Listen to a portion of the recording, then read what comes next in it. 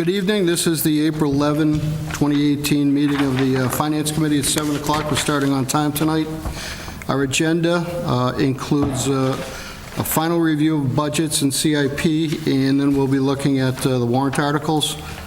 Budgets that we're looking at in this order will be the library, the DDI. We're going to make an adjustment to the DDIS budget, the reserve account, Bay Path, the Norfolk and Smith assessments, Youth Commission, pension and benefits. Then we're going to do a final vote on the CIP. We're going to review and potentially vote on the SPED stabilization fund policies that's been reviewed and approved by the Board of Selectmen, I believe. And then we're going to vote on the warrant articles. So let's start off with the library operating budget. Gene, if you could come on up. Nice to see you. Thanks for your time tonight. The library budget this year is recommended by the town manager. If I have it correct,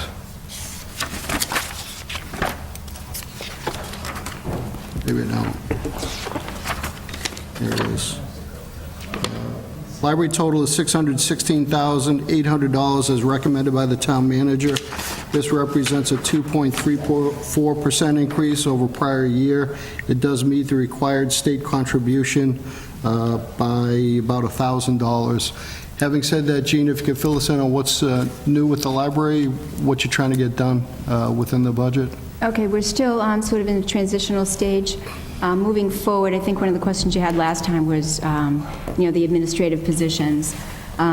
Those are incremental raises. If you notice that they're up to $45,000 this year, which accounts for some of the increase in the budget. Incrementally, next year, the strategy is $48,000 to $50,000. That gives an opportunity for some people who I hired who didn't have the skill sets or the experience. So as they gain those experiences, they're more able to, to have the value for the position. By the time they're still there another year, they should be, experienced enough to, for that salary range. If they choose not to stay, the salary is there to draw other candidates in at an appropriate salary range. Good. Well, that's good.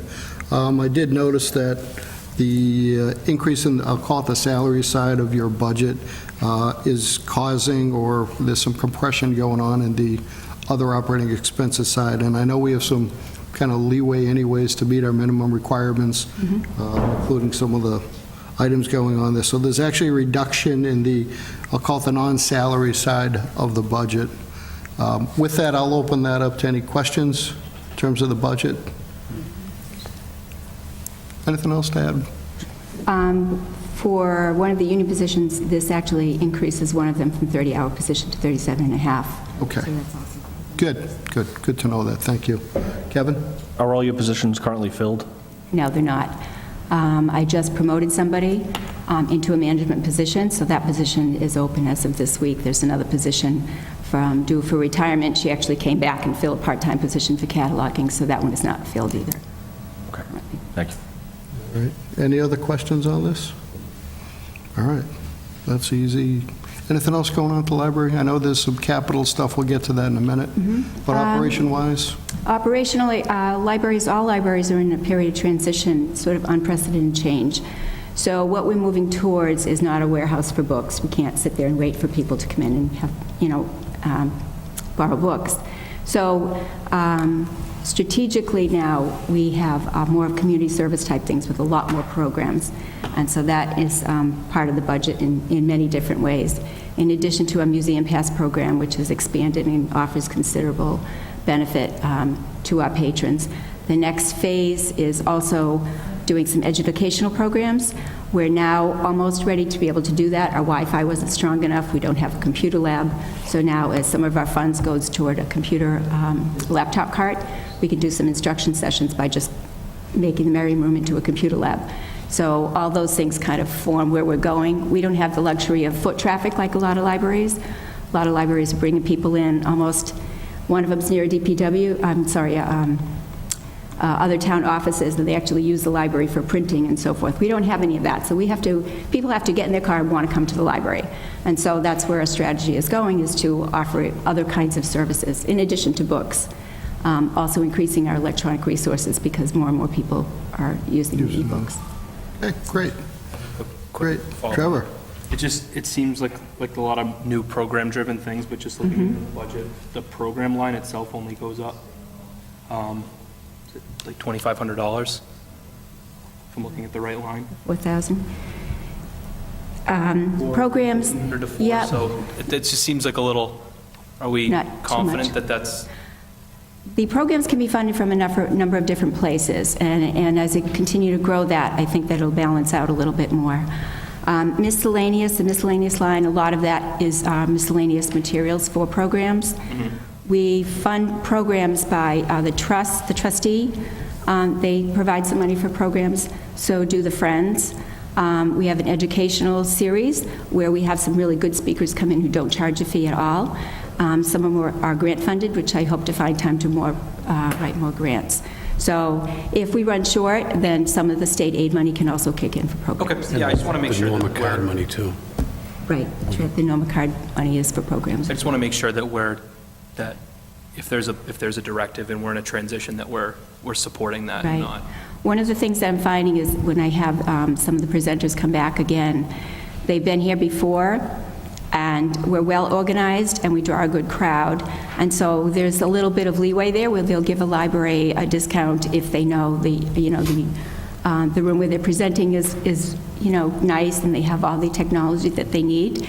They know they're going to have a good crowd, and so sometimes there's some wiggle room there, too, for different invoicing. Thank you. Good. Just as you're talking about transitions and programs, do you see any need out there for space for people to have meetings and conferences? Do you see some of the commercial establishments, the Dunkin' Donuts and the Starbucks starting to, Right. wall off areas, and people can, it's kind of this open community, open office where people need that occasionally space to, Right. face-to-face. Do you see yourself in years to Absolutely. come besides? Our magazine section is just almost like an aisle. Definitely needs to be expanded. Over the next year, and this is about a year-long project, we really need to remove about 30,000 books from the stacks. They've been literally sitting there for decades and haven't left. By doing that, I hope to be able to remove 2 or 3 of those shelving units and expand that area.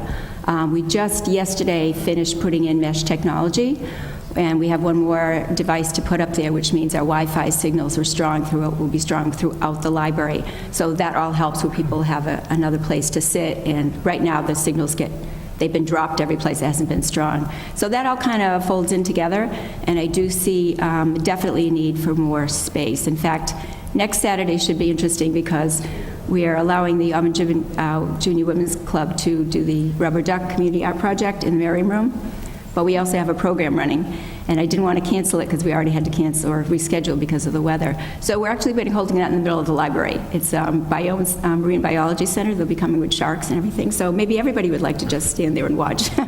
So we do need more space, and I see a way to do that by, really removing a lot of those books that have been there for a long time and using that space for people instead. Thank you. So that means the aquarium request is on back order again, Ed, right? You keep pushing that back? Well, that's, you can see an amendment in the CIP. Gotcha, I gotcha. All right, any other questions? We have a motion on the budget, which once again is for $616,800, a 2.34% increase. All right, do we have a second? Second. All right, all in favor? Aye. Aye, opposed, so voted. Great. Within the CIP, I think you have something in the current year only, correct?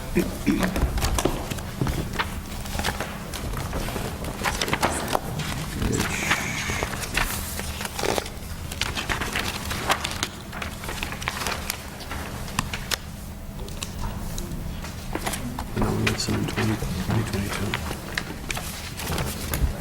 Mr. Chairman, there is a request and a recommendation for $40,000 for the upcoming fiscal year in 19 for computer update, and then there's some program capital in FY 2022.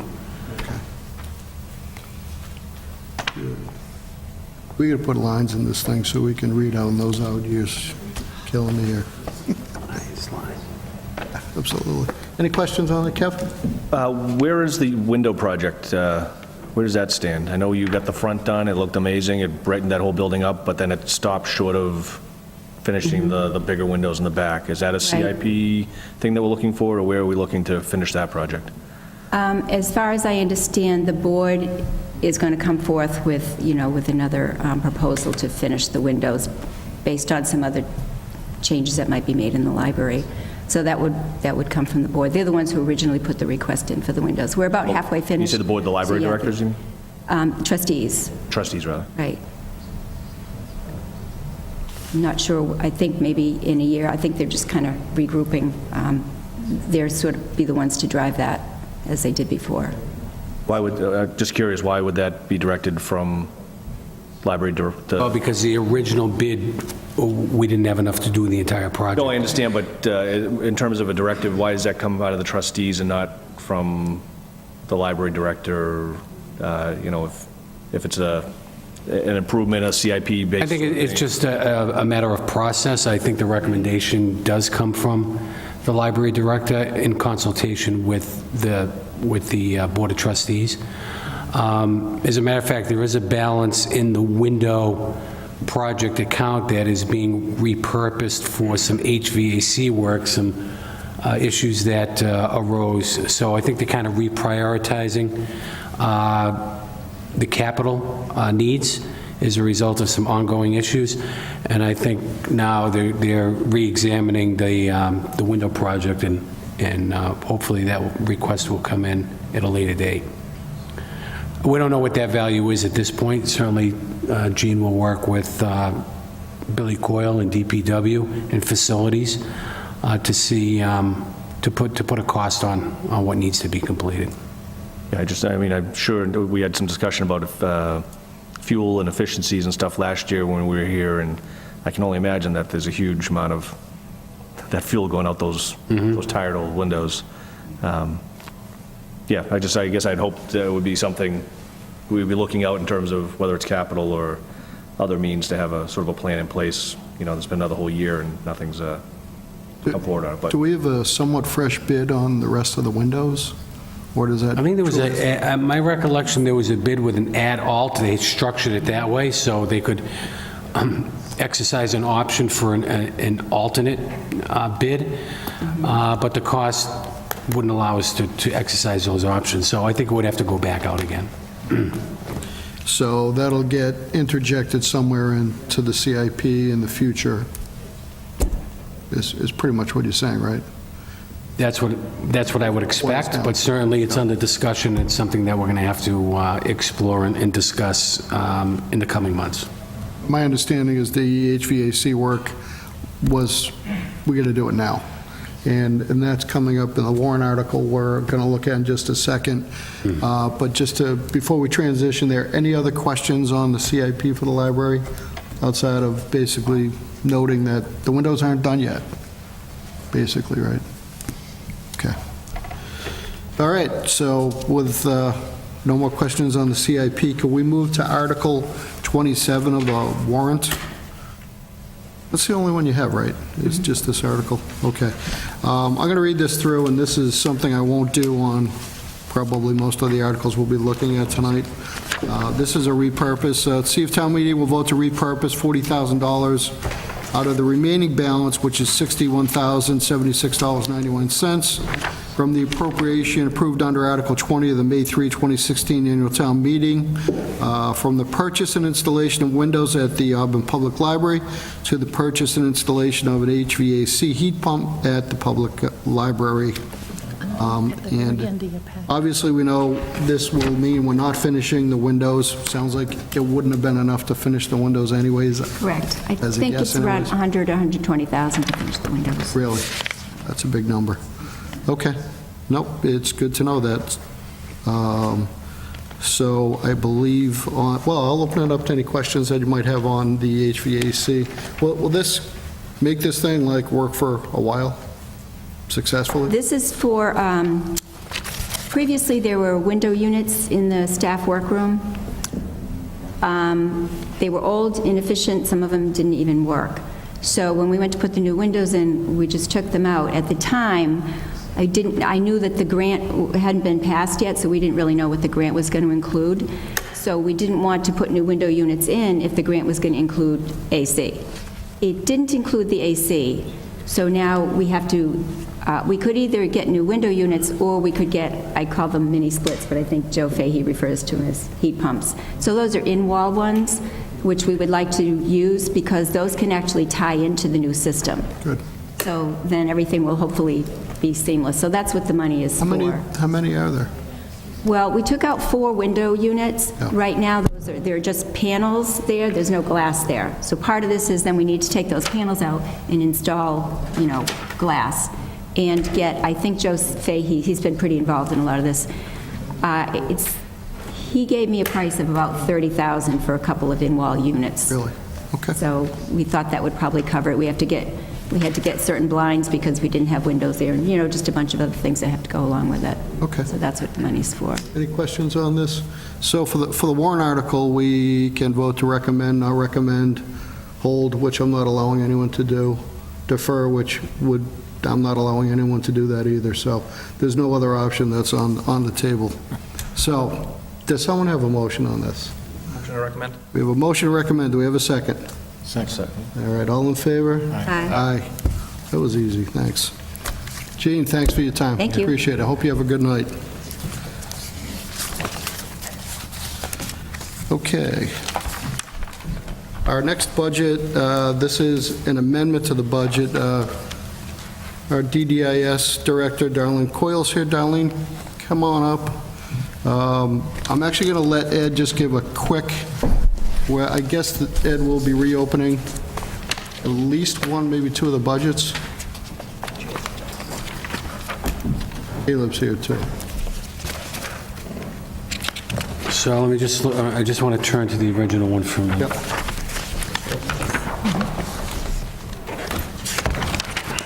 And I know Matt's here, but he can stay back there. Okay, so under the planning, there's one change here.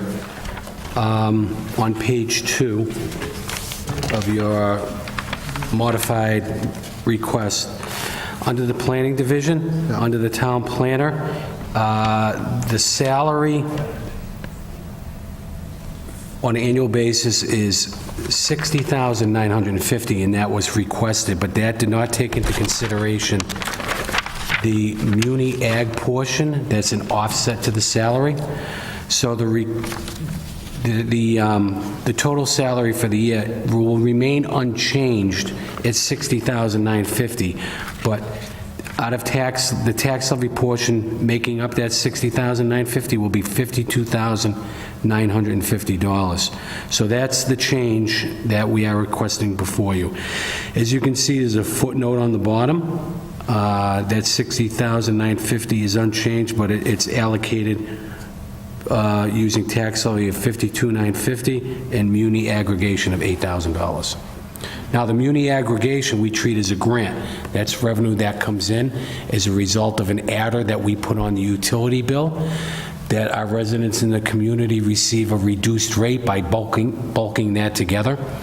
And Matt is our energy manager, and he does a fantastic job.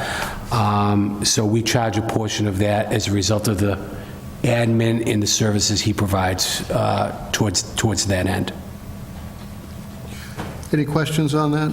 So technically, with this division budget, we're reducing it by $8,000. Right, now, that amount of money is going into, that reduction is going into page 4. You'll see highlighted in yellow. There's a modification there that $8,000 is going into the local inspector salary account. When we came before you, when Darlene presented the budget, we indicated that we were having problem recruiting or hiring individuals for that position because the wage was not competitive with other Central Mass communities. So since then, we have re-advertised the position at a higher rate of pay, and it's currently open until filled, hoping that we would be able to attract some qualified and experienced individuals at a higher rate of pay. Which is great. So that division budget then gets increased by $8,000. Correct. And bottom line for the entire department would be budget neutral, it doesn't change. Okay. Any questions? I'm going to ask for a motion just, I guess, to affirm, because I believe we approved this on a department level, not on a division level. So can we just affirm the DDIS total department budget of $610,013, I believe that's the number? Motion to affirm. Okay, do I have a second? Second. All right, any final questions or comments on this? I appreciate we reopening it now. We've got a better budget. All in favor? Aye. Opposed? So voted. Great. Thanks, Darlene. Thank you very much. Darlene, do you have any particular warrant articles, I just off the top of my head don't remember, I believe, that we can address now? yeah, Matt is here to address the warrant articles. All right, these ones that we would normally be looking at, Finance Committee, two of them. Hey, Matt, come on up. How'd they get away with that?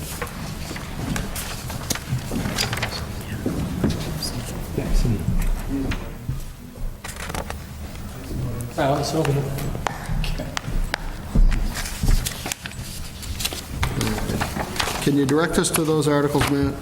Yes, sir. Please. Thanks. Those articles, Mr. Chairman, are Articles 20 and 21.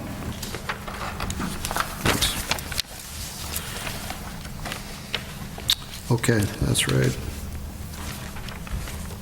20, 21. Okay, I remember this. I actually did watch part of the Board of Selectmen's meeting, so. And I'm just going to paraphrase, we'll take these separately. Article 20, this is from the town planner, not the town planner energy manager, as you fit into that suit in the next one. Vote to appropriate $20,000 from general fund revenues for Master Plan Review Committee consultant services. And basically, we need to go outside to get some transportation expert advice as part of the master plan. Is that a good summary? Yes, sir. All right. Now I'll open it up to questions, and then you can kind of backfill in anything based on that. Spent a lot of time on that on Monday. You said it's for transportation? Yeah, transportation, basically, as part of the master plan, we need outside help in terms of basically looking at road traffic, road flow, that kind of thing. Matt, you can help me out anytime now. Sure. There's several chapters of the master plan, and one of those is the transportation chapter. The rest of the chapters we've been doing in-house as best as we can, just with the minor edits with the volunteer staff that we have. The transportation chapter proved to be far too technical for us to take on ourselves, so we've enlisted the help from the Central Mass Regional Planning Commission to try to assist with that on a technical basis. This would cover intersection improvements, ideas from the public as to troublesome areas that might need ADA compliant sidewalks, things like that. So we're hoping to get that sort of information through the consultant. Trevor? Through the chair, the master plan is recommended to be updated every 10 years. Our master plan was last updated in 2006. Long process, long process. Any other questions? Okay. Do we have a motion on this article? A motion to recommend? Second. All right, all in favor? Aye. Aye, opposed, so voted, thank you. Article 21, see if town meeting will authorize borrowings of sum of $300,823 for the purpose of funding the purchase of existing streetlights from National Grid and the conversion of existing streetlights to energy efficient and long-lasting LED. That's a lot of adjectives in there, you know that, salesman. Same to be spent under the direction of the town manager. This is the second phase of what had been approved at fall town meeting regarding redoing over the streetlights to LEDs, correct? Yes, sir. All right. You had mentioned something about, and it was brought up before, subsidies either from the state or from some fund anyways. Correct. Those are not secured yet, correct? That's true. All right. Do you have an idea of what potentially, in terms of 100% subsidies, 75%? We've put in an application for a Green Communities grant in the amount of $250,000. Okay. So this 300,000 assumes that no subsidy will come from the state, so this is grossed up. Right. So if we do receive a portion of those funds, and it may be up to 250, could be less, than the amount we're requesting to borrow. It's an authorization, we wouldn't borrow the full 300,000. And the last thing I remember about this plan was the payback was just under 5 years or just under 4 years? 4.3 years. Perfect. There you go. Was that your question? No. Go ahead, Kev. So can you just explain to me, our streetlights in town, Yes, how does it work? How does it work currently? sure. In terms of ownership and payment and, Okay. All right, so bear with me. We have 1,132 streetlights in Auburn. They're under two separate tariffs with National Grid for some reason. Some of them are owned and maintained by the town. Some of them are owned by the town and maintained by National Grid. In order to convert these to LEDs, they have to be all switched onto a tariff that's called an S5 tariff, where the town would own and maintain all of the lights. In order to do that, the town had to appropriate the funds the first time around to pay for that, as well as funding for an audit to gather all of our inventory. So the funding we're asking for here would be to come up with a design for the right types of LED lights for all 1,132 lights, and then retrofit those lights physically through the consultant that we've engaged with the Metropolitan Area Planning Council. So it's a long project, and as Mr. Kasanovich has mentioned, the funds are appropriated for the gross. In addition to the potential grant that we could get for $250K, there's also utility incentives from National Grid, and there's also a 30% reduction through a rapid retrofit program grant that we are part of. So the gross amount could cover a lot, and if we get the funding that we're looking for, we may not have to pitch in nearly as much as we're appropriating. so is there truly a value? Why would National Grid even care that we would just take, or wouldn't they be glad to be done with the streetlight? There's no value to that equipment any longer.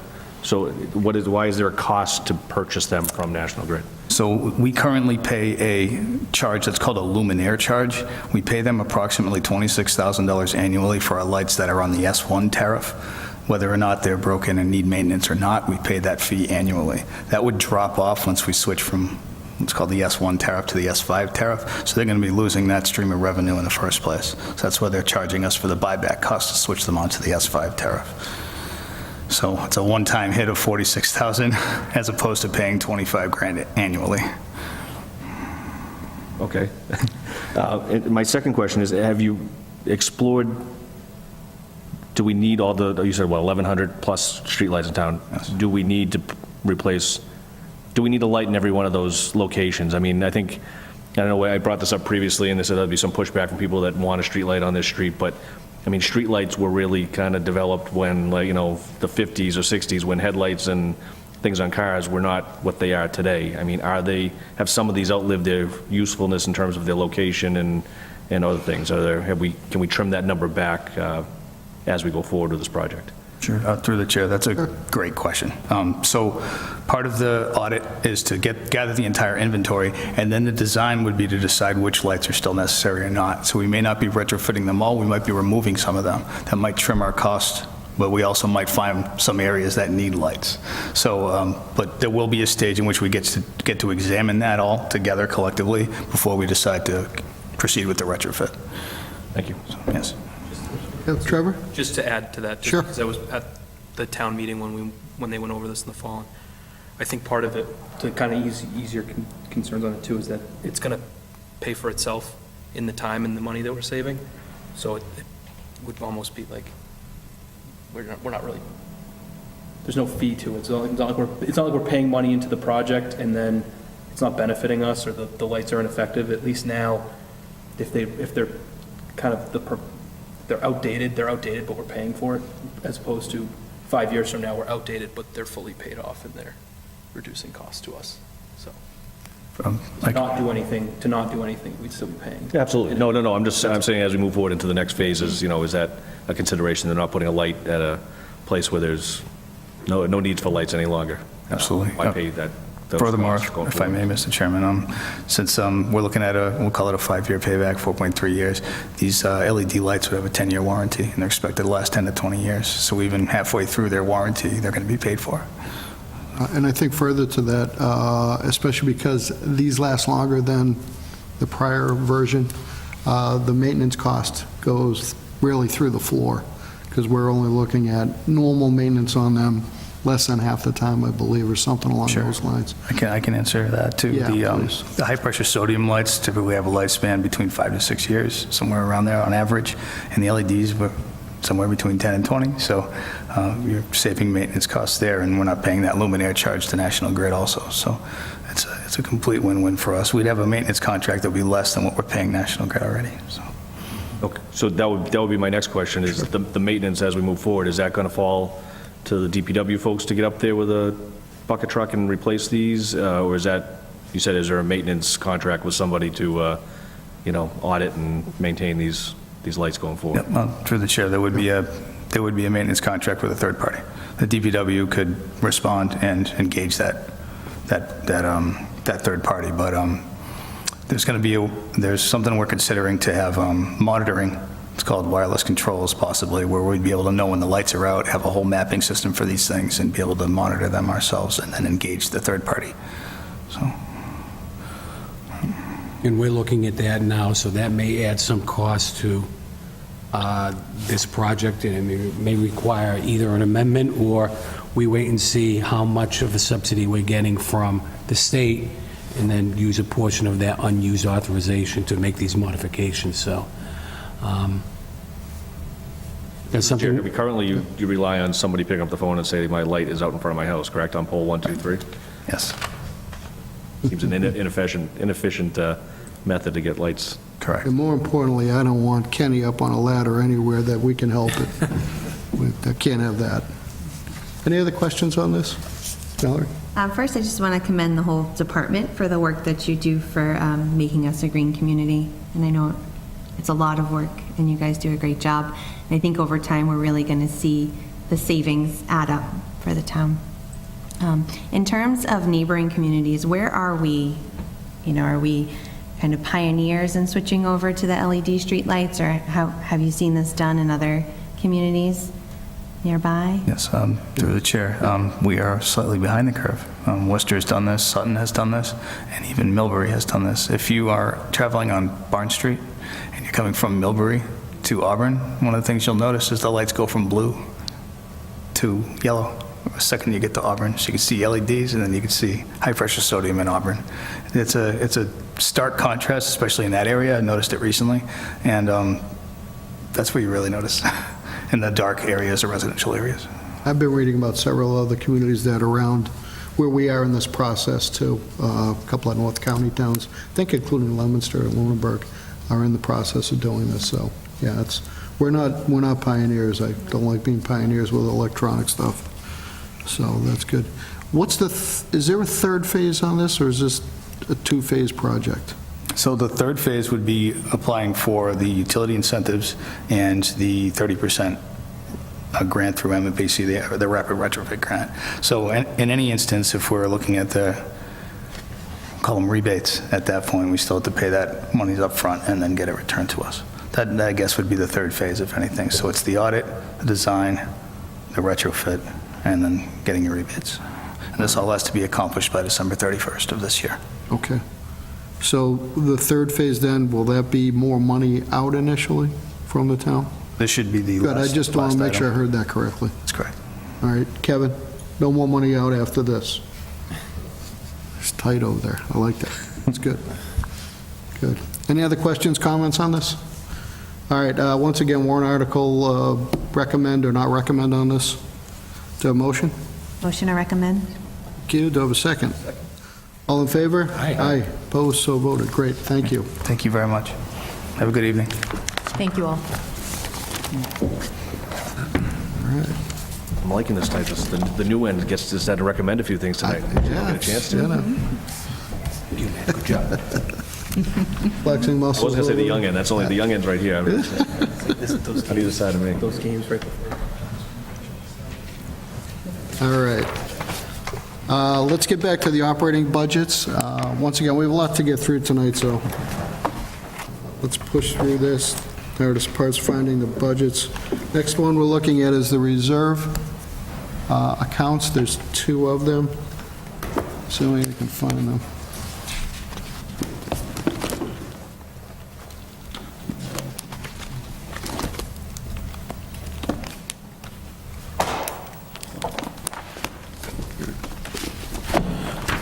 Okay. The reserve fund is comprised of 2 budgets, reserve and salary wage reserve. Total amount is $240,000. This is flat funded versus prior year. $200,000 in the reserve fund, $40,000 in the salary wage reserve fund. Any questions, comments on this?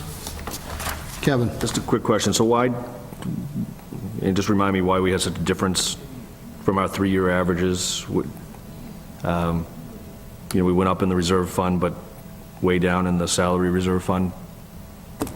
So through the chair to the CFO on that one. So, well, this does not reflect the level of appropriation. This reflects the amount of transfers that were made during the year. Quite honestly, this has been level funded up until FY18 when we increased the regular reserve account as a result of a financial policy that we have in place that recommends that we appropriate, if we can, about 0.5% of net general fund operating budget. So even at $240,000, we're not quite there yet. So quite honestly, this is a priority that we'll be working on in the upcoming fiscal years to try to get to 0.5%. Right now, our general fund operating budget is probably about $66 million. So 10% is 660, half of that would be 330. We're at 240. But that does include enterprise funds, which we do have to back out. So our target number is probably in the vicinity of 275, 280. But we want to do it incrementally. And quite honestly, because we increase snow and ice by 50, it takes pressure off of the reserve account for relying on that to fund our snow and ice deficit, which we typically do every year. But this is something we'll be addressing when we can in future fiscal years. Okay. Trevor? Yeah, I just have a question. I don't know if it's a compliance or just for tracking purposes, but are we required to break out what we reserve in salary and what we have reserved in general? And to have it in 2 accounts? Just seems like it, as opposed to just a lump sum reserve account of 240,000. You could lump it together. Historically, it has been tracked separately. I can tell you that we've made transfers between both accounts if one is... That's what I'm thinking. Yeah. Is that I wasn't sure if there was some sort of, state compliance where we need to track No. how much or if it was just for us. No, there's no state compliance, although there is a uniform accounting system that does break it out.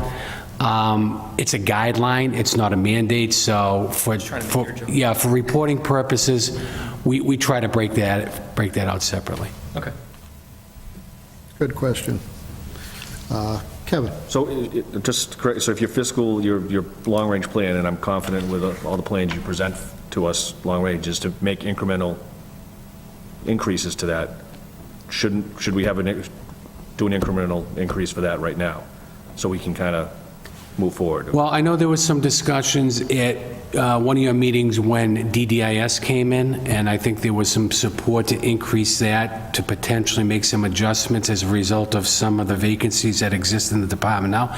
We're currently doing a review of salaries within DDIS, but we're not ready to make a recommendation at this point. So I think there was a suggestion of maybe increasing the salary and wage reserve account by $20,000 to hopefully make some adjustments within DDIS next fiscal year.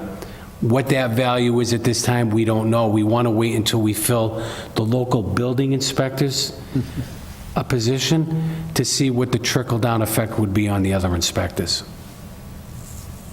And just to add to that, and not just DDIS, there's still the unknown factor, which 40 grand is covering some of the unknown, that kind of thing on it, where we sort of have the money, we know we sort of have a need, it may not necessarily only be in DDIS, but we know there's a need there. I believe that's where our conversation was going on. This may be a good time where we know we've got some additional funds in terms of a surplus to maybe address that here. Now, once again, we can go back, say we do add 20,000 this year, we can go back next year, bring it back down to 40,000 for the salary reserve. That's up to us, so, and I think that's where the conversation was, just to have some flexibility on where we want to go with this relative to the market and paying salaries. And actually, that 20,000 would go towards meeting our 1/2% too. And that's what I was going to ask. So our 1/2% is our financial policy for reserves, and how below are we rate that? What would that number be? So I'd have to get the net operating revenue and net operating budget, less enterprise funds. But I know the total budget before you, So you're about 20% below. is 63 million. But that does include some enterprise funds. That's the general fund operating budget, not including outside articles and not including some of the enterprise funds. So we'd be looking at $315,000. We're at 240, so we're getting close. I mean, we took a large step forward last year when we increased it to 200,000, the regular reserve account. So we're trying to do it incrementally, trying to get there. It is a priority, so if there is a suggestion or recommendation to adjust it by 20, it gets us 20 closer to 315. Just through the chair, so I mean, I'm happy to hear the library director tonight, because we've talked salaries with them. I'm happy to hear that she has a plan in place to incrementally get her salaries in line with other, but I think, making an adjustment to this is going to benefit yourself, the town manager, so that if you latch on to a quality, capable employee, that we can keep them here in-house instead of sending them out. So I guess my recommendation would be above the 20. I'd actually like to see add 40 to that salary reserve account going forward. And I'm not sure, again, you can help me with the process or through further discussions to amend that to an $80,000 reserve. So adding 40 to the current 40 that's proposed in the salary? Correct. Okay. Ed, your thoughts on that? May I suggest this? I would be satisfied right now with a $20,000 adjustment, and if need be, we could always request an amendment at a fall town meeting to increase it by a value if needed. Gives us another chance to have scintillating discussion about reserves. What I could support is an option to that, is if you wanted to increase the salary and wage reserve by 20 and the regular reserve account by 20, I think that's something town administration could support. But I don't want to put the full 40 into salary and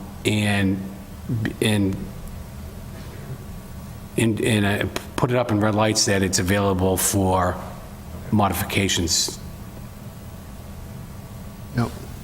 That's fine. I mean, what does the committee think about 40 grand in total versus 20 grand, which I think we were, I'll call it a baseline increase on this. So I'll open that up for some quick discussion on it. I believe Ed would suggest that we split the 40 if we really wanted to go that way. And once again, I think we all know we're still underfunded on the snow and ice. And really, the 200 grand is the backstop for that.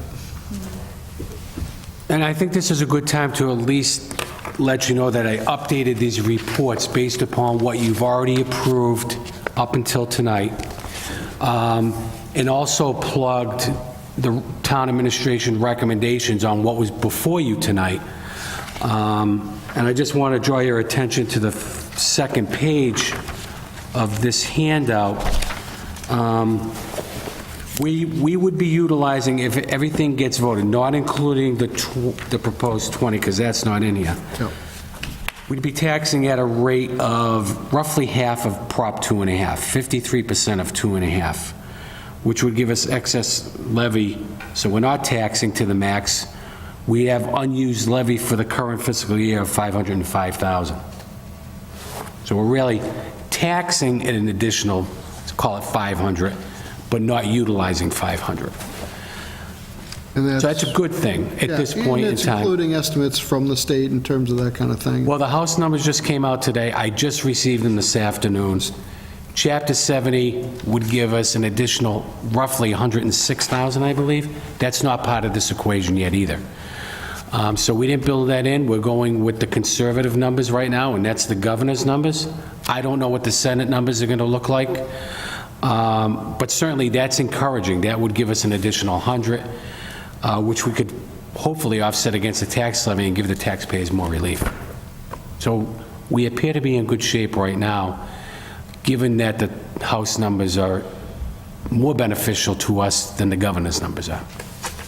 Which doesn't mean either one are final. They'll go to committee and spend our money their way. So we can take this in one adjustment or two adjustments, however we want to do this. So as chairman, I can't make a motion on this, but I'd be happy to initially try to accept a motion to increase both of these line items by $20,000, unless someone has another opinion, another way they want to try to do this, and we get enough votes for it. Can I just ask Mallory? one more question for Ed? So we have a goal in our financial policy to meet that half of 1%. Do we have a target date that we want to get to that? Financial policies do not put a timetable on getting there. Right. I just feel like if we have a goal, you know, I would agree with Kevin, we shouldn't level fund against the last year if we're trying to reach a goal. And we're pretty far behind, you know, if you do the percentage, so. What, do I make a motion to amend the reserve and salary wage fund by 20,000? In each? Mm-hmm. Okay. Do we have a second? We have a second, so this will increase the total budget to $280,000. Did that in my head. That would be $60,000 in the salary wage reserve and $220,000 in the reserve fund itself. Any other questions or comments? Okay, we have a motion and a second. All in favor? Aye. Opposed? So voted. Thank you.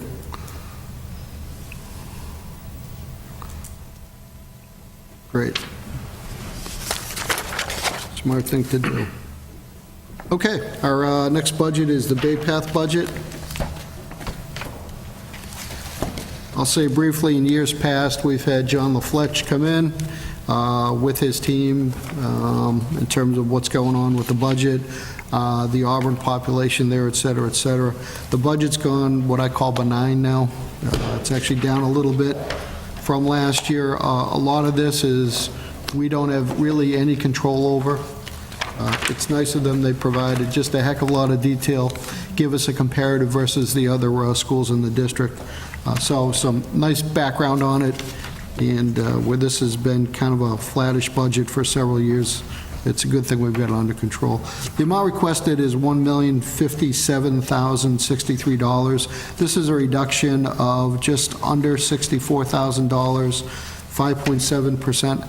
I think that's population-driven. I'm not totally sure on that. There were so many numbers, I was losing my mind. So, yeah, the enrollment, I believe, went down, I want to say it was 88 last year. It's at 84. So it was 40. And certainly, Chapter 70 in transportation assessment and capital as a result of the construction, which is permanently built in to the assessment, comes into play. Their overall budget is up 2.87%.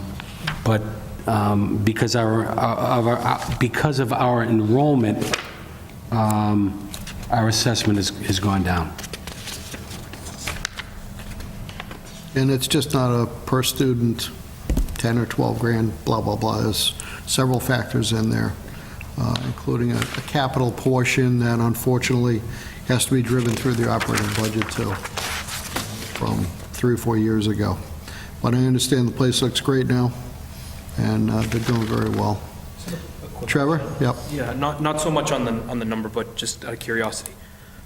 Being at a regional school, do we get a certain number of seats at the table and that we're not using as many as we were before, or is it, I'm just curious, I didn't know if enrollment. Yeah, as a matter of fact, I don't know the exact number, it's up close to 100, I think, in terms of seats for Auburn kids. Because I know at the Yeah. trade schools in general, and, whether it be Worcester, Assabet, wherever Yeah. you want to go, that the enrollment is up. They're packing people in there. So I just wasn't sure if our numbers were down because, geographically, there were more people that were living in Charlton now, Oxford, that we lost like a couple seats at the table, and those towns picked them up, or I just. think our enrollment has gone down as a result of the investments that we made in our own school system. Okay. High school, the middle school, kids are not leaving to go to other schools and then considering options at the high school level. They're staying within the system. That would be my guess, but I don't know if it's... Expansion of programs within the Auburn school system, but we are guaranteed, I think it was somewhere around 100, I could be wrong on that, and we just haven't filled those, so they obviously go out to other towns, and however they figure out the rest that go in there. And that student population, whatever number we give in October, I think generates what this budget will be for the following year. Something like that, right? Yeah. Any other questions, Kev? No, my comment was going to be similar. Worcester Voc and places like that are competitive as any school out there now, and to see our numbers as low compared to the other communities, I was just curious to see. But if that's the case, I mean, the strength of the high school is keeping them here. Okay. Yeah, it's all good, and it's nice that the kids have an option and they're not being shut out, because I know probably 10, 12 years ago, maybe a little bit longer, there were some kids that wanted to go there and they were shut out. It was right around the time we were trying to fix the formula here, which wasn't working either. Yeah, I think especially Southbridge, I think their school system has a state control board now overseeing operations within their school system. So I think you may be seeing a migration towards vocational school system as an alternative because of the issues they may be facing in the short term. But a number of things do come into play with enrollment and what's driving that. Okay, so do we have a motion on the budget? Motion to recommend? Do we have a second? All right, all in favor? Aye. Aye, opposed, so voted, thank you. Vote to recommend or approve. Okay, Ed, can you give us just a quick update on what's going on with the Norfolk and Smith assessment? Yeah, I apologize for the late modification, but I was just notified today by the Auburn School Department that the application for a student seeking to attend Smith Vocational School, that individual has chosen to go to Norfolk Aggie.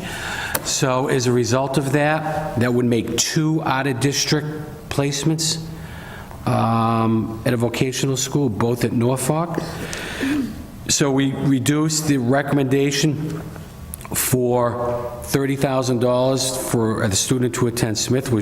That was just an estimate that was being used, and we increased Norfolk Aggie by that value of money.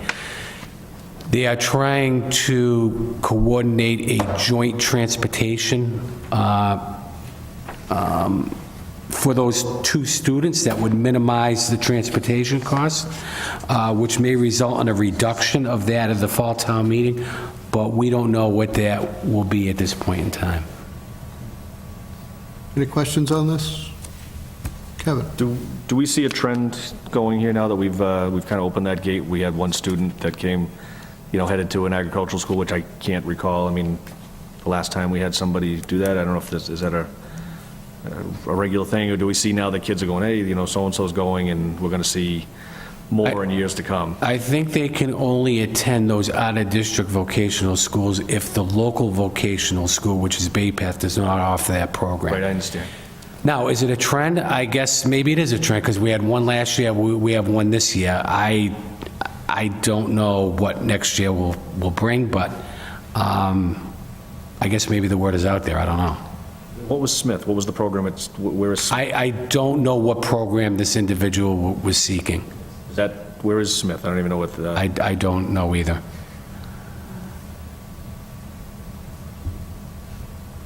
We may never know. I mean, I Someone Any other want questions? to Google it? Maybe we can get an answer. Maybe we can get an answer Common for name, it. I think we get a lot of... Yeah, absolutely, a lot of polls, Miller. Do we know, is the second student entering their, it would be freshman year? So this would be 4 years in a row? My guess, it would be a freshman year. Yeah, so it would be a 4-year commitment, and the individual that's at Norfolk now would be going into the second year. And it's a That's for a while. 4-year? Yes. Okay. Sometimes they sneak a 5th year. As far as I know, it's 4 years. We'll know in a few years, won't we? Yep. All right, any other questions? Northampton? Adjunct to Smith College then, maybe. Coincidence? I don't know. Good motion on this? $62,149 budget, a 93% increase, not as big as that budget we had last week. That was a 95% increase, so my guess still holds true. That was the biggest increase. $30,000 increase. Motion to recommend. Do we have a second? All right, all in favor? Aye. Aye, opposed, so voted. Thank you. We can do. All right. Just so the committee knows, I believe the transportation cost for the one outside district placement was $8,000 and change. So by hopefully transporting those two together, the $8,000 would remain as is. But if it requires separate transportation, which I don't see why it would, it may be another additional $8,000. So as you can see, if this individual decided to go to Northampton, the transportation cost may have been greater than what we're paying for Norfolk.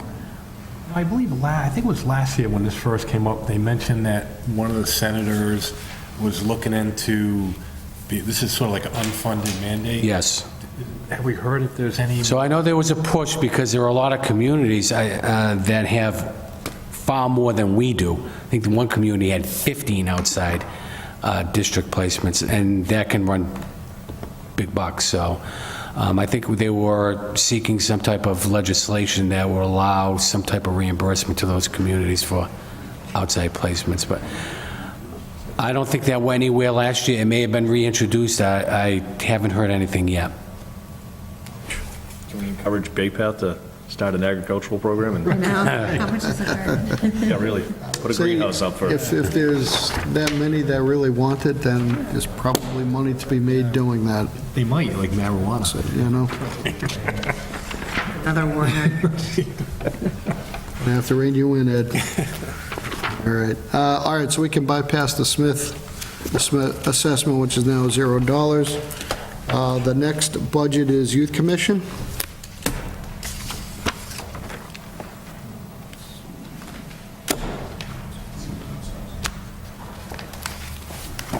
And the Youth Commission budget request is flat funded at $120,000 versus prior year. I believe last year, Ed, we increased their budget to the 120? What did I think? Yes, it was increased from 117.5 to 120. All right, so, okay. I'll open up to any questions or comments on this budget. And Kevin? I brought this up briefly, I believe, when Dr. Brunel was here, that the vast majority of that money is through Auburn Youth and Family Services, kind of gets back to school. So I'm just, it's fine that it's here, that the money is in this account, but I mean, it really titled as Youth Commission, and even if you look at the, youth activities line, I don't know, it almost seems like a division that is not placed there's not really a commission that's contracting services. It's really just funding an outside entity to contract school-related stuff and after-school-related stuff. There's no activities budget, which seems like that belongs more in the rec department, if there was a line there. So it just, I don't know where the commissions really came to be, or what it is, or why it has a separate budget, and, I'm supportive of where the money goes. It just seems like it's a, a division that doesn't really need to be there. It could be broken up and put into 2 other budgets. Yeah, I mean, thinking about the contract, primarily these funds are used for counseling services at Auburn Youth and Family Services. So that it is all spelled out in the agreement that we have with them. And this probably represents about 1/3 of the operating budget, the subsidy that comes from the town to Auburn Youth and Family Services for the services they provide to our school kids. I think the answer to that And- question would be to go back to the history, because this has evolved over time from not contracted, there were youth activities. It was a much, comfortably more dynamic budget back 20 years ago when I started on this committee. There used to be a youth activities, and I'm trying to recall what activities they held. I think they held bike helmet day or things like that for the youth.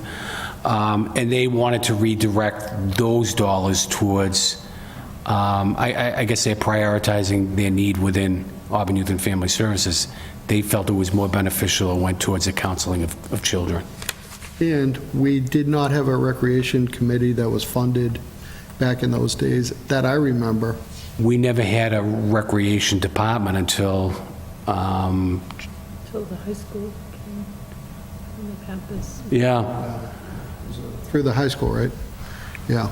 So it's obviously evolved.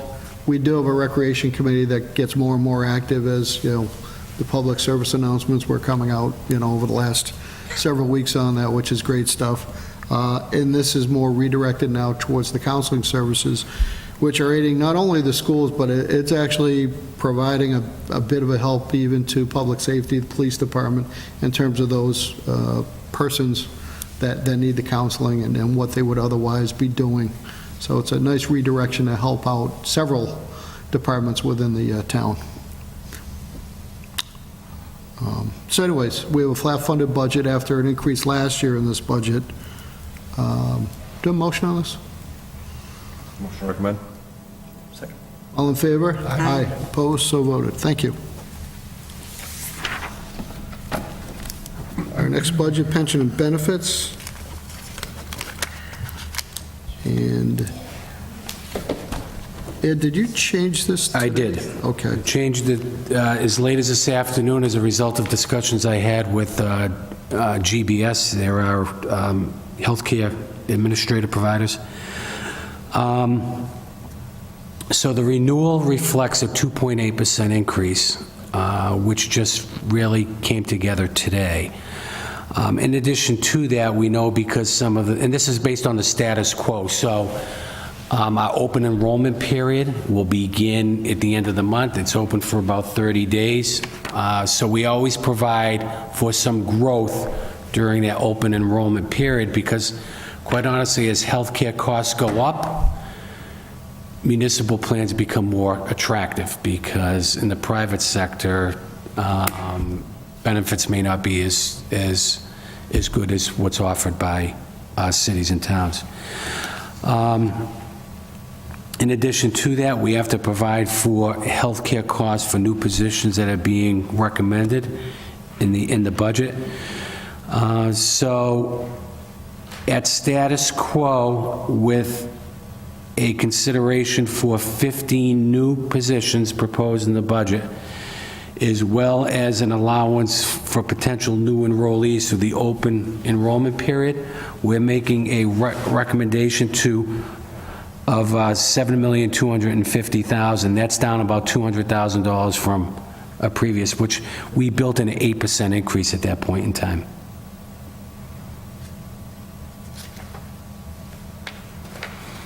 Now, based upon the open enrollments, we may be able to squeeze a little more out of that, but we won't know until after town meeting, and that's something we can consider at a fall town meeting. Okay. Good. That was the only change from the prior budget. Yep. So a reduction of about 215 grand, all in group insurance. So the requested budget from town manager revised now, $10,719,058, an increase of 6.29%, or $634,000 plus dollars, 365,000 of which is group insurance or something close to that. Another 250,000 or something close to that in the Worcester County retirement, which is, we don't have any choice on that. So those are the two big, substantially all the components of the increase. There's a couple of minor ones. Any other questions on this? Trevor? We had an audit on this last year, right? It's every 2 years? On the OPEB Yeah. or on the healthcare? They do a audit on the healthcare as well. We do, it's not required, but we do it. Okay. Just to make sure that there are all the individuals on the plan, especially dependents that are on the plan, qualify. Yep. Last time we did an audit, I think we saved about $150,000. So we do that periodically, but the OPEB is funded, we're on cycle for FY19 to have an audit done. That's every 2 years.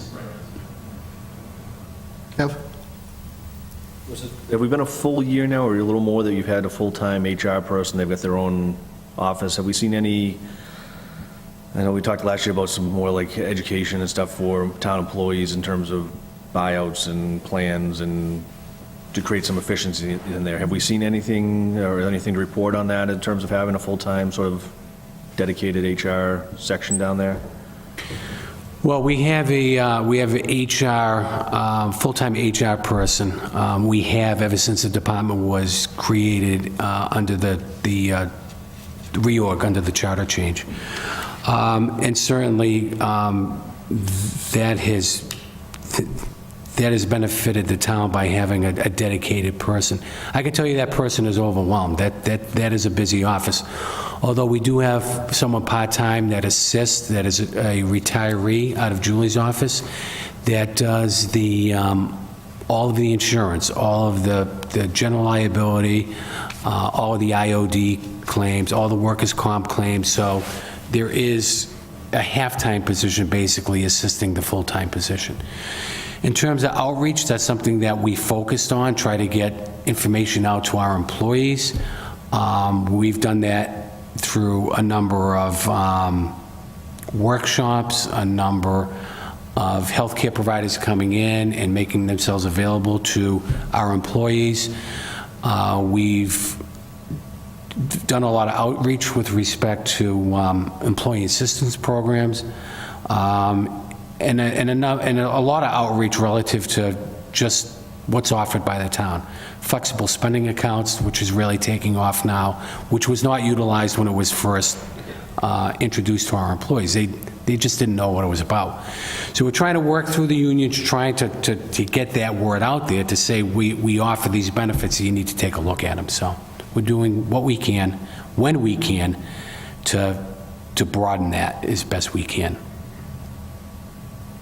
Thank you. My last question is that these changes that you came through tonight, just to underline, they are in that budget number that you Yes. gave us? So this reduction is baked into the numbers that Ed was talking to previously? The only adjustment I would have to do now is, as a result of a motion, is reduce or add an additional $40,000. That's not, the $40,000 is not in that report. Okay. So, do we have a motion on this? Yeah. All right, any final questions? Obviously, it's a big budget, $10.7 million. All in favor? Aye. Opposed, so voted. Ed, thanks for getting an updated number on that group health. Welcome. So that'd be a lot of dollars to leave hanging out there as an estimate. Once again, that's a poor reflection on, we should have state numbers finalized to us already, but been bitching about that for a long time. So I guess our last is to take an overall motion to approve the CIP for 2019, and that'll just allow me one last chance to ask if there are any questions or comments on the CIP, any one of the years from 2019 through 2023. One question I would like to ask, Ed, can you remind us, we've got some monies coming out of stabilization going in, at least this current year, what that is? Sure. Fire-related, isn't it? Yes, I would, can I draw your attention to this cover page? Because I'm just going to go through the funding sources and make sure that what I have is what you have. So we have total capital being recommended for FY19 in the amount of $1,982,035. And to break that out by funding source, we're going to use tax levy of $991,984, sewer retained earnings of $210,000, CIP expendable trust of $25,000, cable access retained earnings of $18,051, receipt reserve bond premiums of $90,000. Stabilization is an offset to a fire engine that is proposed to be purchased in FY19 of $110,000. In bond proceeds, remaining balance of $537,000. One last perspective on this. This is probably the lowest amount of, I'll say, Bond proceeds. Bond proceeds, not relating to outside articles or outside. So as you can see, as a result of a dedication of 2.5 in accordance with the financial policies, 1/10 of that, so roughly $100,000 each year is going towards our capital program.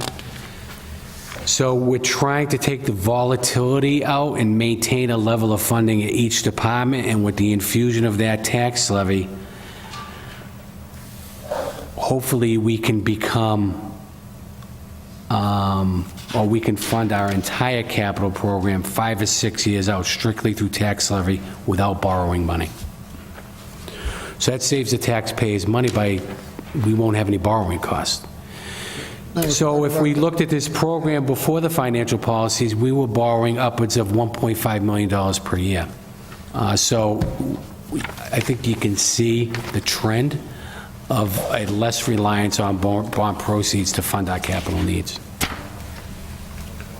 Well, we had a big hand in putting those financial policies together. Ed and I are still arguing over who came up with this, tax levy for the CIP. I still think it was me. I'll give you credit for Was that. there a witness there? If that makes you feel better. No, it doesn't feel me. No, that doesn't make me feel better. If there aren't any final questions, I'll accept a motion to approve the CIP. So moved. Do we have a second? All right, all in favor? Aye. Opposed? So voted. Great. Thank you.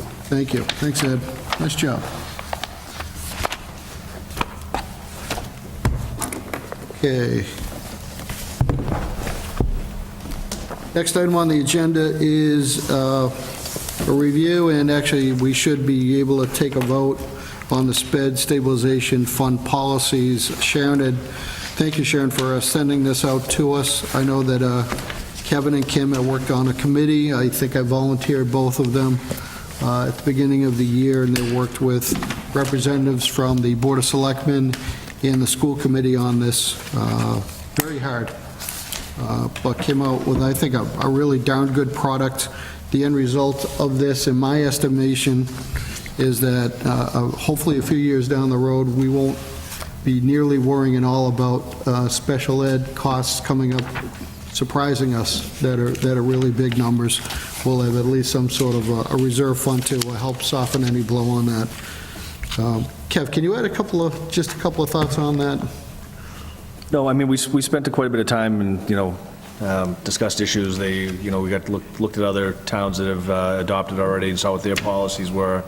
We got some feedback. We had questions. They went out to Department of Elementary secondary education. So they would give us some feedback and interpretation of the way the law was written. And, ultimately, it really comes down to it's pretty well addressed, laid out in terms of where those funds can go, and that it's very specific. It's as to how they can be utilized. The fact that we had an account kind of in place previously that was kind of already there, kind of that emergency, I forget the term for. An outside article for special ed, 100,000 that they're currently utilizing in the upcoming year's budget, so. But if that does not get depleted, then there's a consideration that could and may be used as a feeder towards this account once established. One thing we did, and I don't know if you have any additional comments, but I think one of the important elements of this policy that we discussed that really takes the volatility out of a spiraling cost. And as you know, we had to come back to address some placements within special ed that were not known when the budget was first passed last year, and we had to come back for a reconsideration of $350,000. We asked the school department that in times when their costs go down to level fund their special ed costs. To provide for potential dollars that may not be known at that time. So if we're facing a situation where 5 students at the time the budget is presented come into the district or require outside placement, that those dollars could be used to support the placement of those children. So we asked them to level fund it, and if it's not needed, it could provide for a feeder into that reserve account through the operating budget. So there was a lot of discussion on how this account was going to be fed to meet the 2% net school spending limit, which is about a total of $450,000. So we believe, or they believe, that they're going to have money in the current year operating budget that they will be able to redirect into this account. But this policy provision also provides a mechanism, hopefully, to feed that account in future years as well, to get us to that 2%.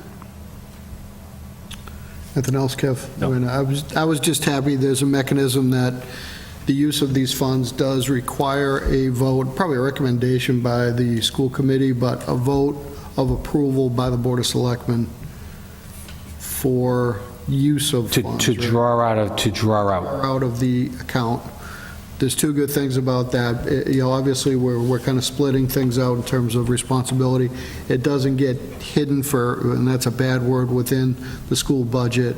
There's some accountability with the Board of Selectmen. And the third good thing about it is the Finance Committee doesn't need to be involved. So that's good for us, too. And we shouldn't be involved. Let the elected officials kind of deal with that. Otherwise, I think it was meeting everything that we had our concerns about last fall when we were talking about this, in terms of we're not necessarily raising money just for this special fund. There's really going to be, this will be leftovers if we're fortunate enough not to need those funds. So we're not going to be appropriating additional tax dollars over and above what we already thought our budget was going to be for this. Well, this policy does allow for funds to be appropriated outside of the general fund, out of their, above and beyond their operating budget. What's the mechanism for that? It would require a town meeting vote. All right, okay. Yeah. That's fine, and that was my concern. But any funds that they may accumulate during any fiscal year, they're allowed to put into this account without town meeting approval. But to withdraw it out, they need a vote of the school committee and the Board of Selectmen to utilize it. That's enough transparency for me. So, once again, Kevin, thank you. I know everyone worked hard on that committee. Definitely appreciate it. So, I guess we need to take a vote on whether we approve. The Board of Selectmen voted to approve this policy Monday night. School committee voted a couple weeks ago. April 4th. April 4th. April 4th. April 4th. Well, they had their final reading and vote on April 4th. So they know it's before you tonight. So Yes, Mr. Chairman, they'd be looking to vote for you to support and approve this as well. Okay. Then I'll put it out to the committee. Motion to approve? Well, Support? we have a motion to approve by Mallory. Trevor seconds it. Any further discussion on this? All in favor? Aye. Aye. Opposed, so voted. That's unanimous. Thank I'd you. like to thank Kevin and Kim, too. Yeah. Brought a lot of value to the table. They had a lot of, I don't want to call it intense discussions, but deep discussions relative to its uses, its purpose. We met, what, 4 times, I think? Yeah, so, I thought it would be 2, so sorry again. If you believe that one. I'll remember that next time. Yeah. Okay, let's go to the town meeting warrant. I know we've done a couple of recommendations already. What I'd like to try to do, just to keep this efficient, is work backwards. Sharon, have these warrant numbers changed from what you had sent to us previously in terms of the number of articles? The number has not changed. The number has not changed. All right, so I've got 1, 2, 3, 4, at least 6 that I think are appropriate to defer to the petitioner. And those would be Articles 25 and 29 through 33, if you want to take a look at that, and maybe we could just take care of those. And I may be missing some, but...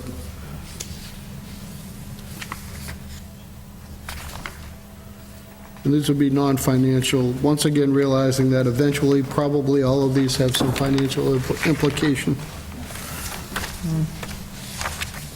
So if everyone is agreeable to that, I will accept a motion to defer on those 6 articles, unless you have an addition or a subtraction. Could you just read the article numbers for me? 25? On the back end.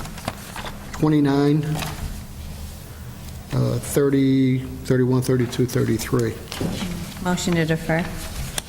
That would be to recommend Right. deferring, yes, thank you. Nope, that's fine. Okay. Do we have a second on that? Second. Any discussion?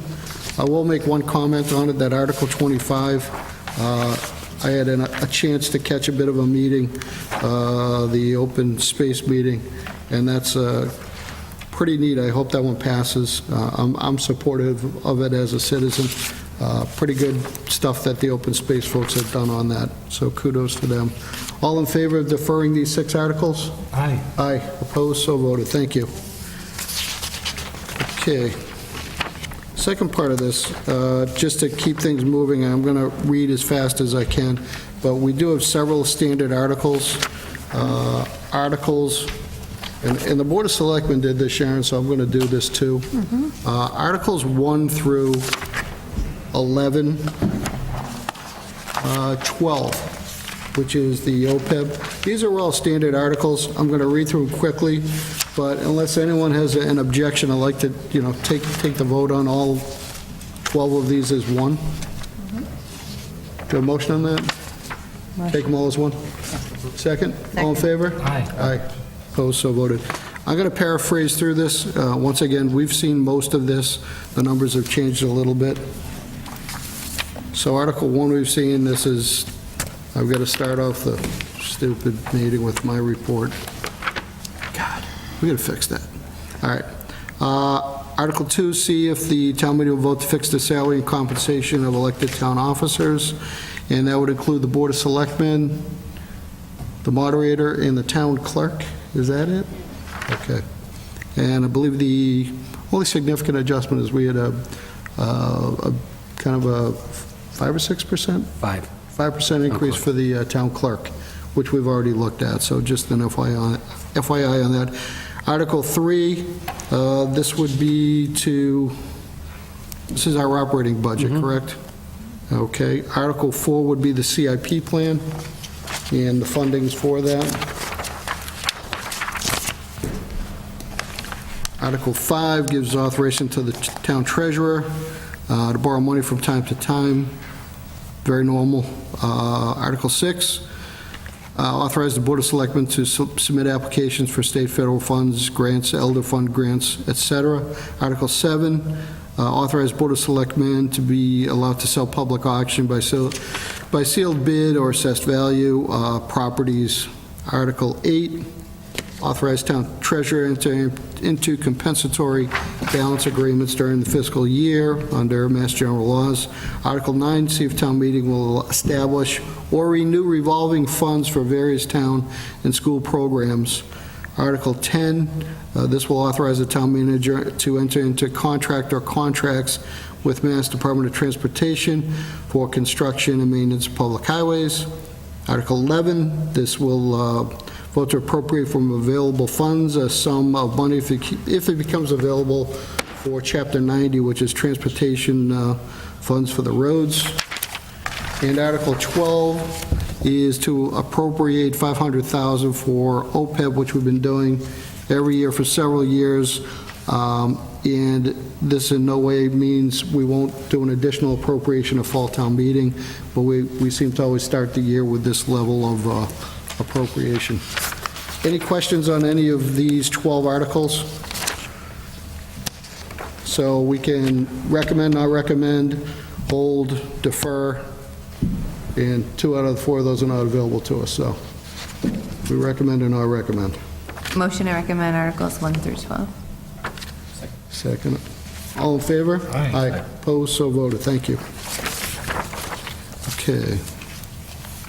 Article 13 is a normal article. The amount does change from year to year. See if town meeting will vote to appropriate $185,000 for Medicaid receipts within general fund revenues to the Auburn School Department operating budget for fiscal year 2019. This fund supplies a medical, therapeutical, and educational services for significantly disabled special needs students, as well as tuition and transportation to and from outside placements or within the district for special needs students.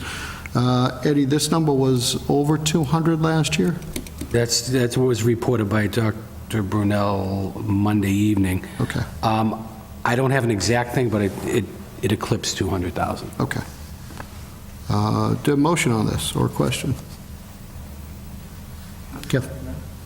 Motion to recommend, do we have a second? That was just I'm sorry, just a question, but these numbers, so as numbers report back in, how does that change when we get to the actual town meeting? Does it get amended? No. So the revenue that comes in for this purpose has to be recorded in the general fund. They're estimating what they're going to receive for next fiscal year. So they don't have the use of the 220 because the town committed 185 of that 200 last year. So it doesn't go into a revolving account. These funds go into the general fund, it closes out. So what they're requesting is 185. What they're telling me is they're estimating receipts of 185 for the upcoming fiscal year. Okay. Now, they can use that based upon last year's actuals, which was 200, a little over 200.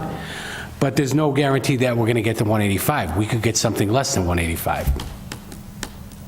Thank you. Okay. So we have a motion. Do we have a second? Second. We have a second. All in favor? Aye. Aye. Opposed, so voted. Thank you. This is to recommend. Article 14, see if town meeting will vote to appropriate $8,676.72. This is sponsored by the school committee, which is the interest earned on the Auburn High Gym, Health and Rec Trust Fund to offset school department costs at Auburn High in support of community health and recreation activities. The motion on this. Motion approved. We have a second. Second. Okay, and all in favor? Aye. Aye. Opposed, so voted. Thank you.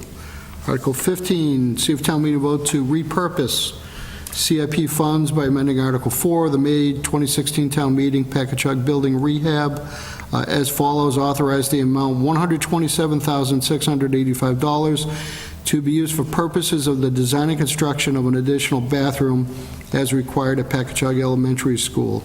My understanding from watching the meeting the other night is these funds that are available are from the roof replacement that was done last summer, I think it was.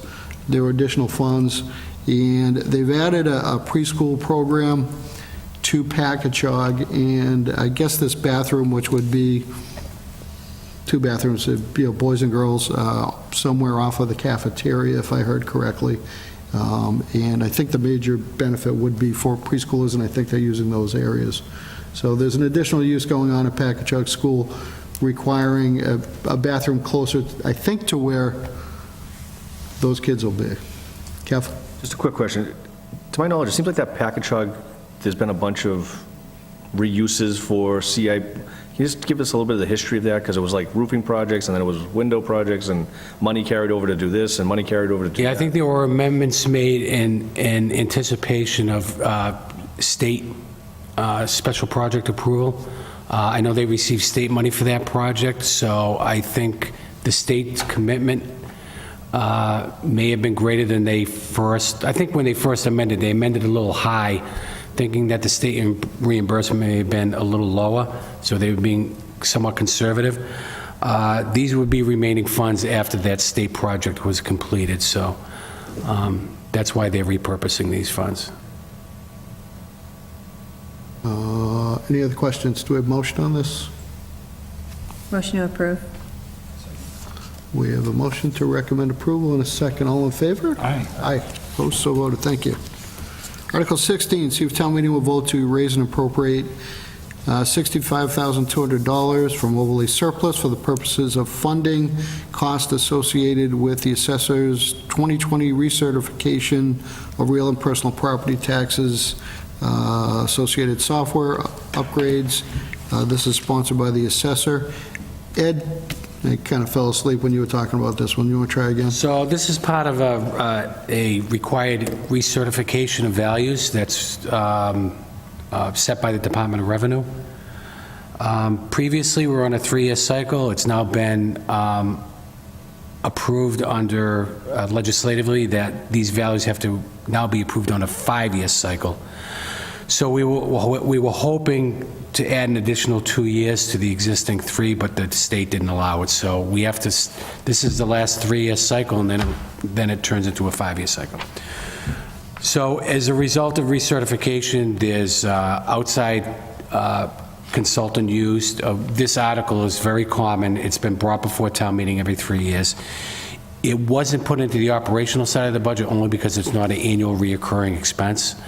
But there are software modifications and certain outside consultant services required as a result of that recertification. So we did already, I got a certification from the assessors freeing up overlay surplus funds to cover the cost of this article. Any questions? Motion to recommend. Second. All in favor? Aye. Aye. Opposed, so voted. Thank you. Article 17, see if town meeting will vote to appropriate $46,000 from general fund revenues for the care and maintenance of the former Mary D. Stone and Julia Bancroft Stone School buildings, sponsored by the town manager. This number unchanged from last year? Unchanged. Yeah, so basically where this is for a little bit of upkeep, mostly insurance. Mostly insurance and general upkeep and maintenance for certain things within those 2 buildings to preserve, especially the facade of the building, the front. Which would be part of the new projects. Right. They're still, what, maybe a year or 2 out, or? At least a year anyway. Jeff? That was just going to be my question. As an update for, I know the Auburn Historical Commission voted to support the project as going forward. Where are we with the state folks in getting? So it's before the state. I think the state is being asked to reconsider that vote. I don't know at what point it's going to be reconsidered, but I know we've gotten some help from our delegation to try to put this on fast track as best we can. Thank you. All right. Do a motion on this. Motion to recommend. Second. All in favor? Aye. Aye. Opposed, so voted. Thank you. Article 18, see if town meeting will to authorize the borrowing of $200,000 to upgrade various sections of gravity sewer line and manholes or anything relative thereto. So we have our DPW Deputy Sewer Superintendent. Come on up. Jeff Mitchell is here. Jeff went into great Board of Selectmen's meeting on this. So if you could fill us in a little bit and... Thank you, Mr. Chairman. This is in reference and preventive, hopefully preventive maintenance in the area of, that we had the collapse back the end of October or first part of November. What we're hoping to do with this money is to identify any areas downstream from where the break was that we replaced. We replaced about 220 feet of pipe to take care of the area that was damaged. So what we're looking to do is go downstream as far as we have to, inspections and do any repairs ahead of any future, catastrophic failures. Be a little proactive rather than reactive. Questions on this? So the borrowing, obviously relying on the town's borrowing rating Yes. on this, And this will be funded, our portion of that borrowing Yeah. will be funded through retained earnings. okay. How long does this bond go out for on normally? Is this going to be bonded? It's a borrowing, right? Yeah, I believe, I don't know if that'd be a 10 or a 15. Okay, I was But, just I mean, life expectancy of sewer line could go up Yes. to 20. Oh, right. So whatever, Okay. however he wraps, his borrowing into, we would fall into that category. All right. Now, I know Article 19 also talks to some of this stuff here. Can you kind of give us just a big picture of what we're trying to either catch up with? It's an older system, 40, 50 years old, and, Yeah, the entire system has well outlasted its life expectancy, if you will. We have our fixed assets reported every year, and as far as the infrastructure itself, anything other than the pump stations, it's overextended its life. So, Article 18 is a preventive, or, so we don't have any more problems in an immediate area. Article 19 is another article that it's something that it's been looming over our heads for a long time.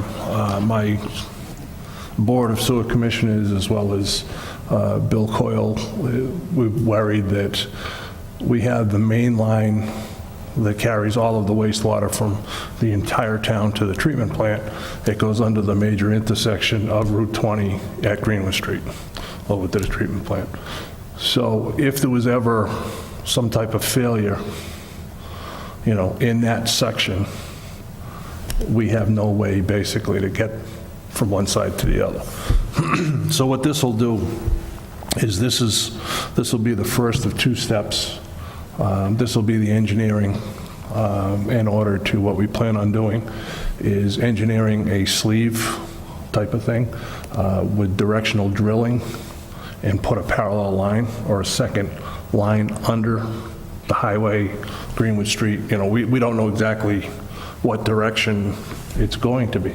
Right now, the main line comes out of Rose Lane, which is right behind McDonald's, by the Sunoco station, Greenwood and 20. so that McDonald's, is that in Auburn? No, It's not? no. Okay, but that's... No, part of our line That's goes, part of our pipe, okay.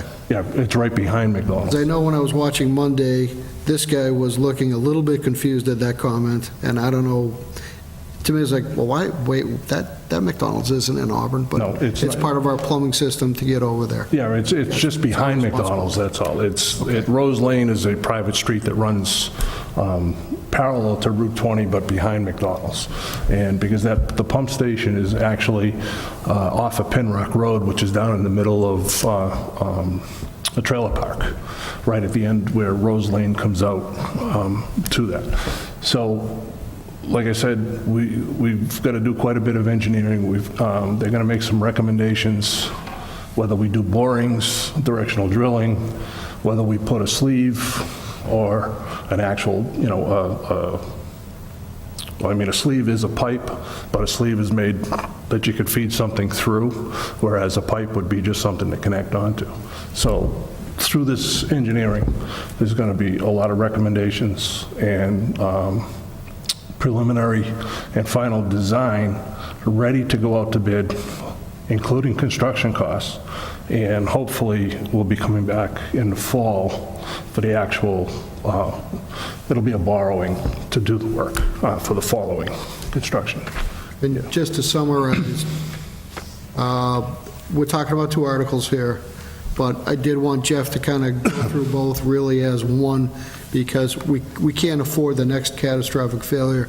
If that piece goes down, that's really our only link to the treatment plant. Right. And the 40 or 50 trucks that were used down the street from me would be 5 or 6 times that a day. Yeah, well, yeah, I mean, if that pump station, if we had a catastrophic failure where that pump station, we couldn't use that at all, we'd have to shut the entire sewer system down and run the entire system with septic haulers, which would be in the vicinity of 50 to 60 trucks running constantly, drawing from each pump station and driving to the treatment plant. So it'd be quite the expense. When we had the break on Upland Street, a day and a half of, what did we have? 10 or 11 trucks was in the vicinity of $10,000 to $12,000. So if you could imagine, triple, quadruple that amount for, however long we need them, it would add up very quickly. And depending on the type of break, that's right down that intersection, down by where the old fair was, basically, right? Mm-hmm. Somewhere that part of Route 20, which is no longer a country road like it Right, might have been right. considered back, in the 70s when that was designed? 70s was when it was put in, yeah. Yep.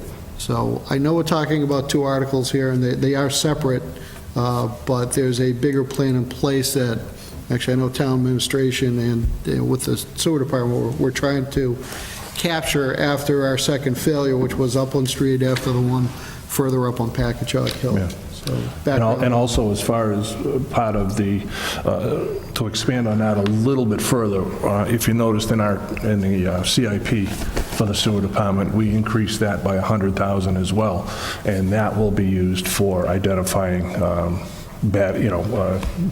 areas of need. We plan on doing inspection, and then once we do some inspection, come back with a capital program and expend X amount of dollars per year, whatever the inspections tell us we should be doing in order to upgrade the system. And I believe you said you really have no reasonable guess on how much that whole, the Route 20 part of it, the pin rock, that will be, could be, well, certainly hundreds The of thousands. the bypass alone could be anywhere from, $500,000 to $1 million. We don't know, depending on what the recommendations come back as.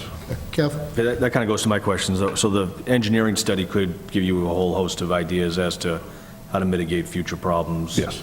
We have It may not be a sleeve, because, it may be things to do. You'll see what the recommendations come out of it.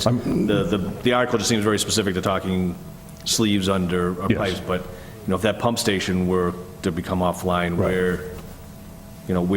how would you redirect the system around that? Well, see, we need this portion in order to redirect, so that we do have pumps, that could bypass, but we have nowhere to bypass to, because we can't get across Route 20 right now. Okay. Obviously, we can't go have Route 20 traffic driving over, any kind of ramps or whatever.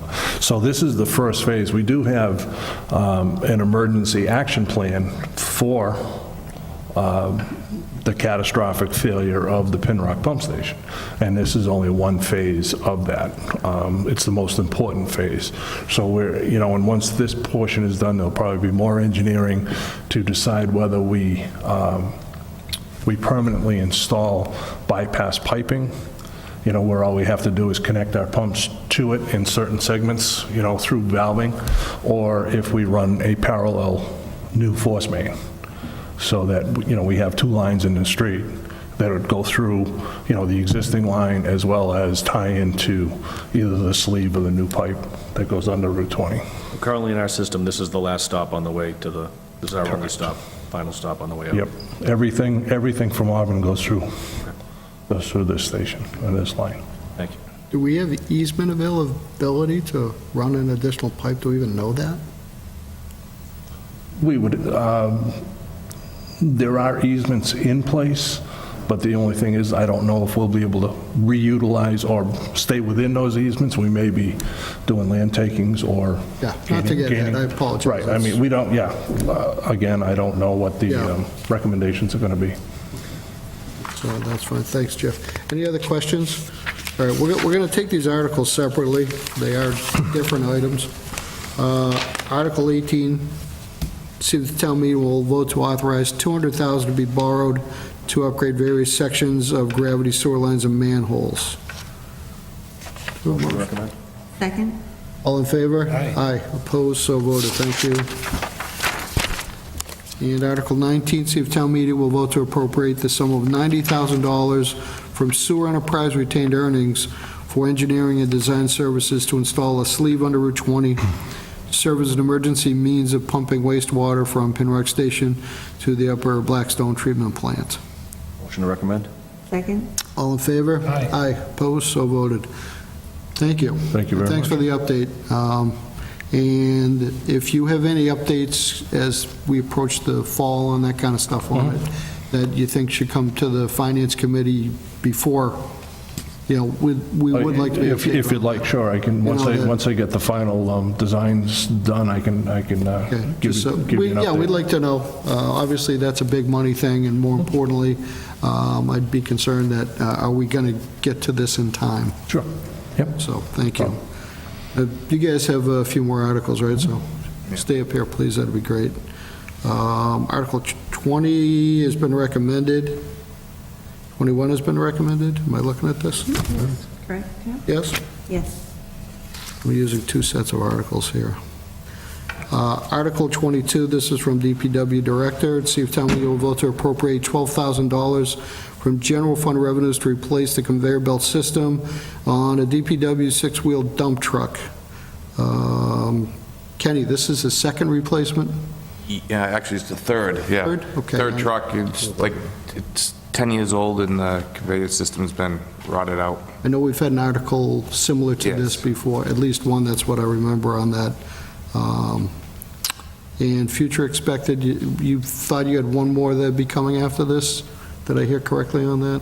I believe this is the No, this is the last. This will be the last in that series? Yeah. Okay.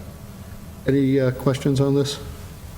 So just this will extend the life of that truck, and obviously trucks themselves are, Yeah, we try to get 15 to 20 years out of the truck. I mean, could last another 10 years. cost of a truck, brand new truck. 200,000, 220. Thank you. Okay. Any other questions? Do a motion on this? Motion to recommend? Second? All in favor? Aye. Opposed? So voted. Thank you. Article 23, see if town meeting will vote to appropriate $2,000 from general fund revenues for cupola restorations at Auburn High School or act on relative thereto. I'll throw in my 2 cents on this, and I was opposed to this. Now, I've been a 50-year resident of this town, so I've got some bones I can throw out on that. I know, 38 years old, and I've been here 50 years. But it seems to me that this was, at one point in time, a kind of a town-donated kind of thing to get this piece of the old building moved over to a benign section of, we'll call it Memorial Park or whatever it was called back then. Falling apart as everyone expected. There's a lot of wood to it. Per Kenny, a couple of the guys basically get lead removal certifications? Yes, yeah. To take care of that. They've got some railings that have fallen apart on this, so it's a bit of a mess going on this. I know this is only $2,000, but this was exactly a concern that we had, that this was going to get dumped onto town for expense in the far future, and that has started to come to pass. I'll give Tristan a lot of credit for asking a couple of tough questions on you guys relative to the $2,000, I think, is just for some materials. Yes, yeah. Some have been donated, I believe, from whatever the group, Friends of the Cupola, and maybe that's a wrong title, and I don't mean to be derogatory, but none of this is covering the labor that your guys will be spending on this, and per you is going to be significant hours you thought. Yeah, so we got a number on that today.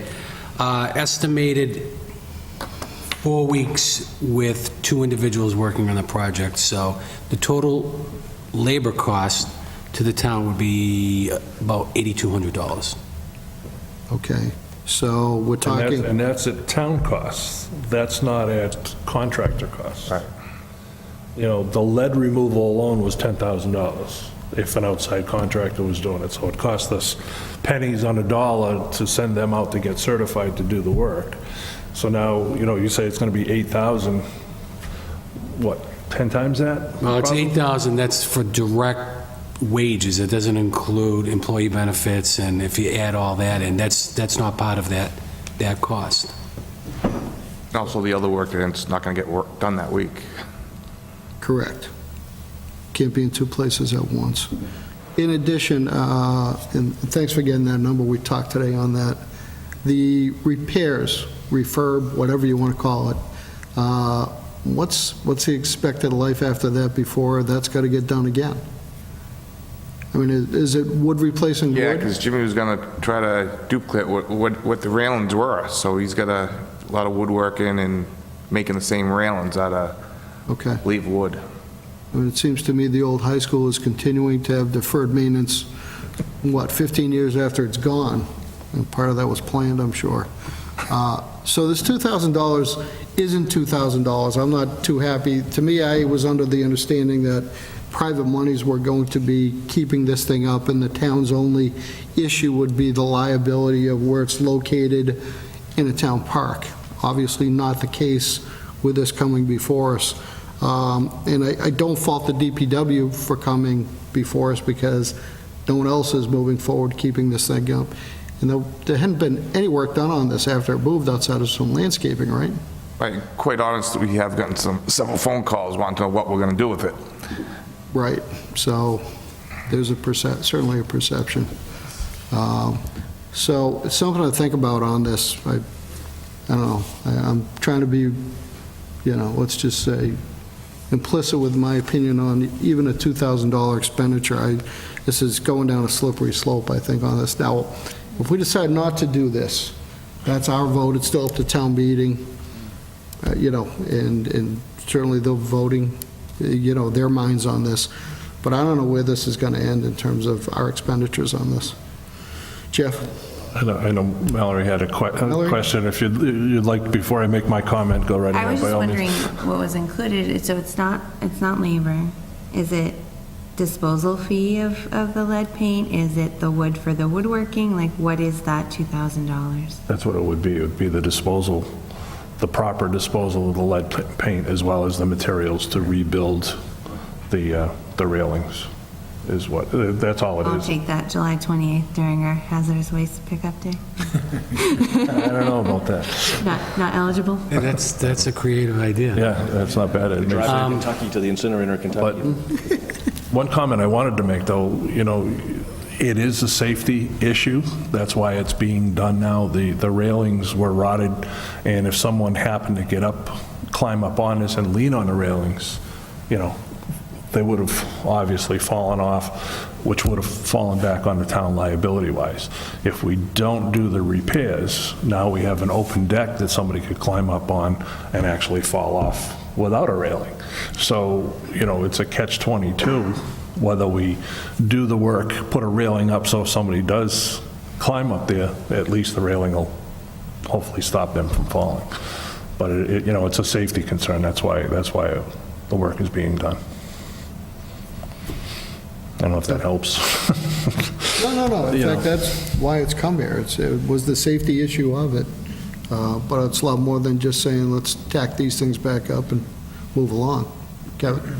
And my questions would have all been the same that you had, where does this begin, where does this end, what's the future for this thing, some of the history behind it, and there's no way, I think someone, it'll go to the town meeting, but at some point here, the emotions have to be cut, at least at this committee, and I certainly would not recommend investing any town dollars short of, I mean, to me, unfortunately, the it's- analogy is, you put a statue up, it's made of concrete or bronze or something like that, it's going to last a heck of a long time.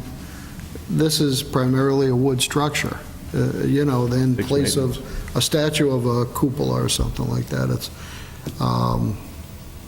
once again, my opinion. Ed? I think for those of you that do not know the history of why it's there and what the position of the school committee is, I think it's important for you to know, but the school committee took a vote, and their position is that they would not maintain that structure. Not a penny of their operating budget was going to go towards maintaining that structure. But they didn't oppose it being there, so I think going in, they knew that. I think that's why the Friends of was created, in order to try to generate some donations, some gifts to maintain that. I think beginning in 2000, or through 2013, I think that's when the last gift came in. They have about $1,400 in an account specifically for maintaining that structure. $1,400 is not going to go very far. I think the total supply cost for the railing and to maintain that is about $2,500. So certainly we would burn through the gifts and donations first before we use any tax levy money, if in fact this does get voted. But certainly there was that question raised Monday night, what is the town cost in addition to the supply costs, and that's when we came up with that number today. So the board, the selectmen who asked the question don't even know the value of that, and I think they voted to support that. So we will get that number to them. I don't know if that's going to change the position that they took on it, but they voted to support it last night. Was it unanimous? I believe so.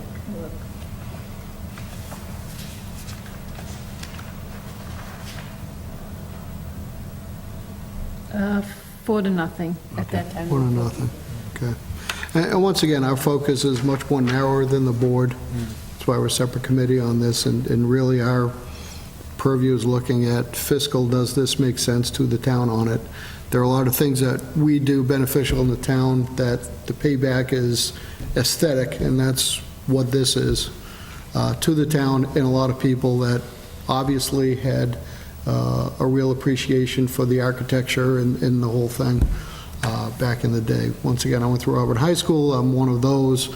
To me, it was just another piece that I wouldn't compare it to the facade of Mary D. Stone in terms of, what it's got, what it offers, the neighborhood and the town on it. And that's just an opinion. I do respect those people that are in favor of the town investing money.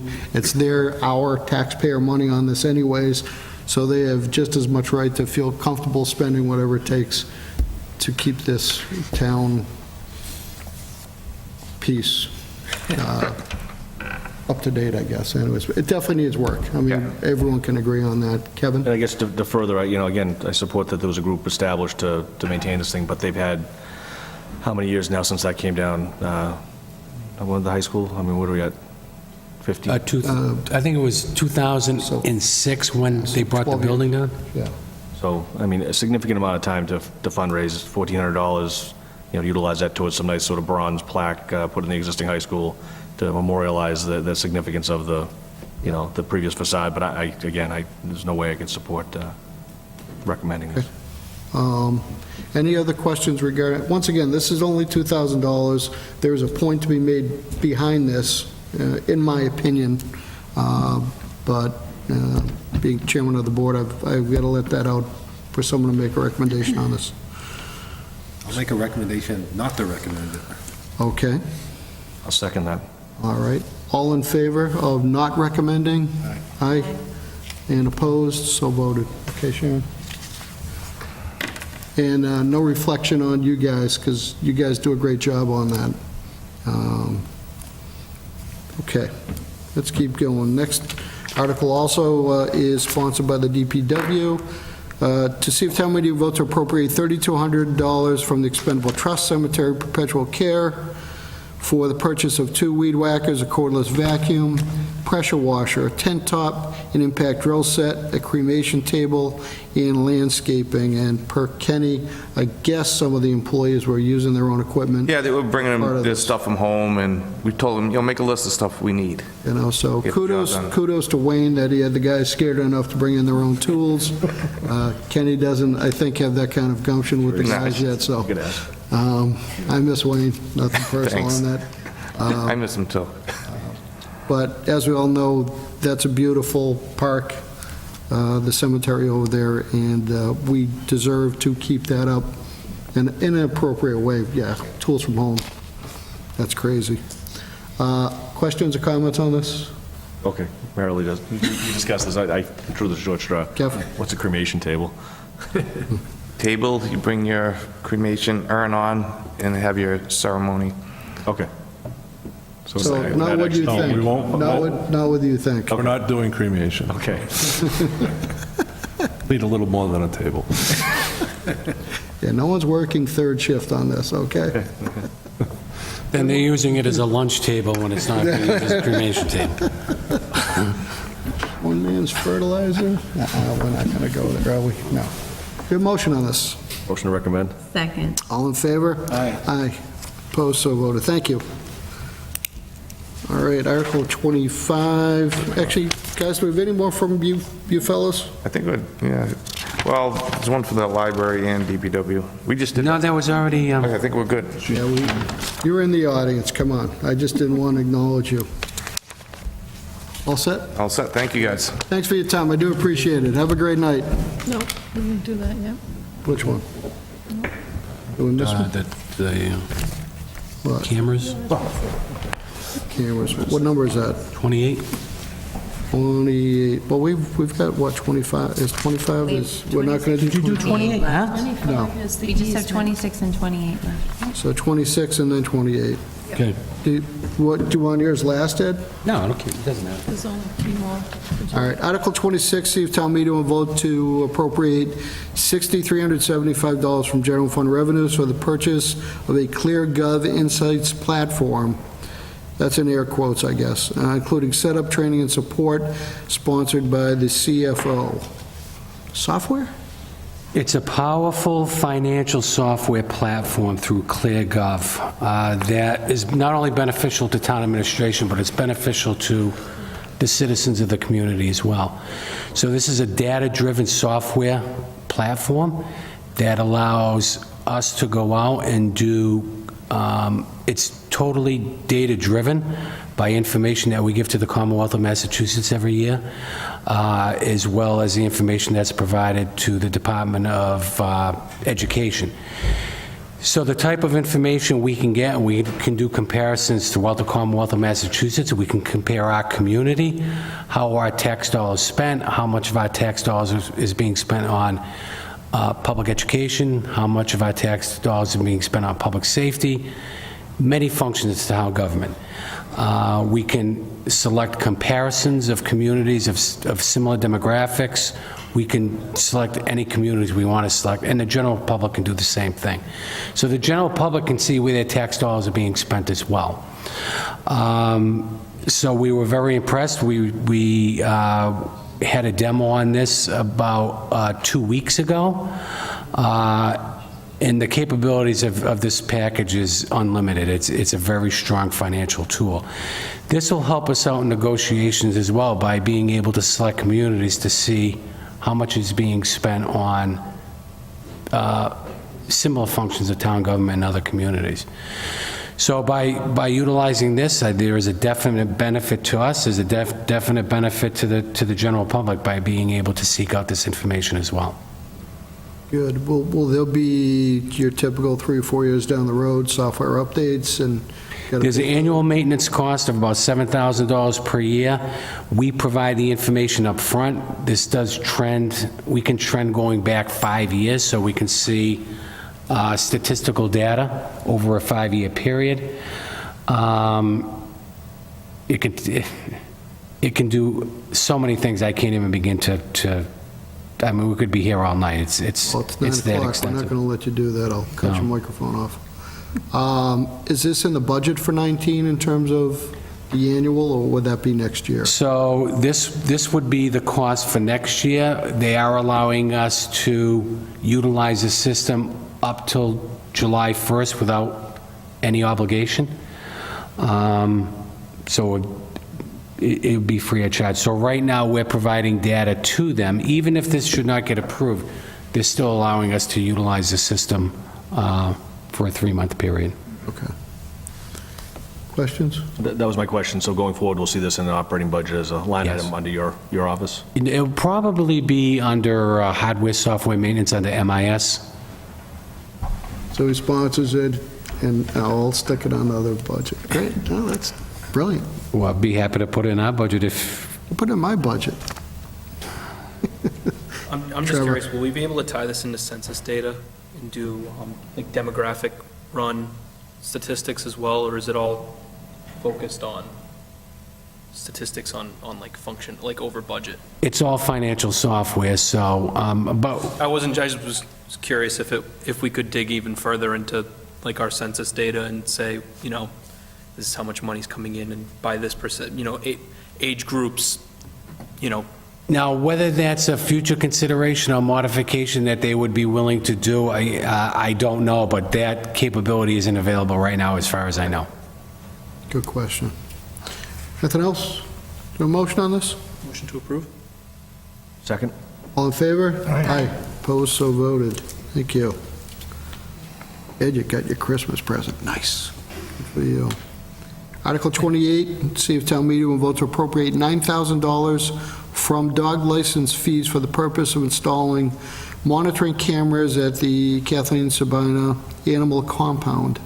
And I believe there was some question on where the cameras would be showing up. There would be, the cameras would be viewed by dispatch, just like all the other town surveillance cameras. Any department heads also available? I know Bill said he's got access to some monitoring cameras in addition to... Oh, I believe in addition to dispatch, they would be able to see what's going on there as well. Okay. Yeah. Which to me was probably more important in terms of priorities. Let the director, I think the after-hours piece is the critical piece. I mean, during the day, there's always a presence down there, so... So this is being funded through dog license fees, which is an available fund. It's not coming from general taxation. So this money already is available. Do we know how extensive that $9,000, how many cameras, whereabouts, what else it's going to cover? Does it tie into our existing systems, or? It ties into our existing systems. It would be run through our iNet loop directly to the police station. So they would be able to monitor that 24/7. I want to say there are 2 or 3 cameras. So it's outside pens and then inside to Yeah. monitor the dogs? Yeah. Okay, any other questions? Is there a motion on this? Motion to recommend. Second. All in favor? Aye. Aye. Opposed, so voted. Thank you. So I'm assuming we got through all the articles, right? Yes, we Okay, did. I know we skipped around a lot, that's great. A lot of hard work by the committee, thank you all very much, which means we've just gotten through I'll call it the first part of the budget, we'll fine tune this come next fall, won't we, Ed? So, that's fine. We do not need to meet before town meeting, correct? Correct. At this point, we don't have any pending transfers. Except the ones before you tonight, I think there were about 30 of them. Did you? Yeah, well, yeah. We're going to go verbal approval on those and meet again in June. Actually, I think we're going to have a meeting in May. We're going to try to do a meeting in May and hopefully only one meeting in June. Most of that is transfers. There's a couple other issues that are starting to come up that will need to be discussed. Some new stuff going on, which is probably the more fun part of what we try to do as a volunteer committee.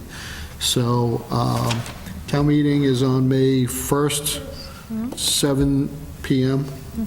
So any town if anyone's a town meeting member here, they know it. I'll certainly be there. I've got to give the finance committee report, and we can all sit up front if we want to, which is always exciting. So if there anything else going on, all right, it's after 9 o'clock, so I failed on that. So I'll accept a motion to adjourn. Motion to adjourn. Second? Do we have a second? We have a second. All in favor? Aye, so voted. Thank you. Good night.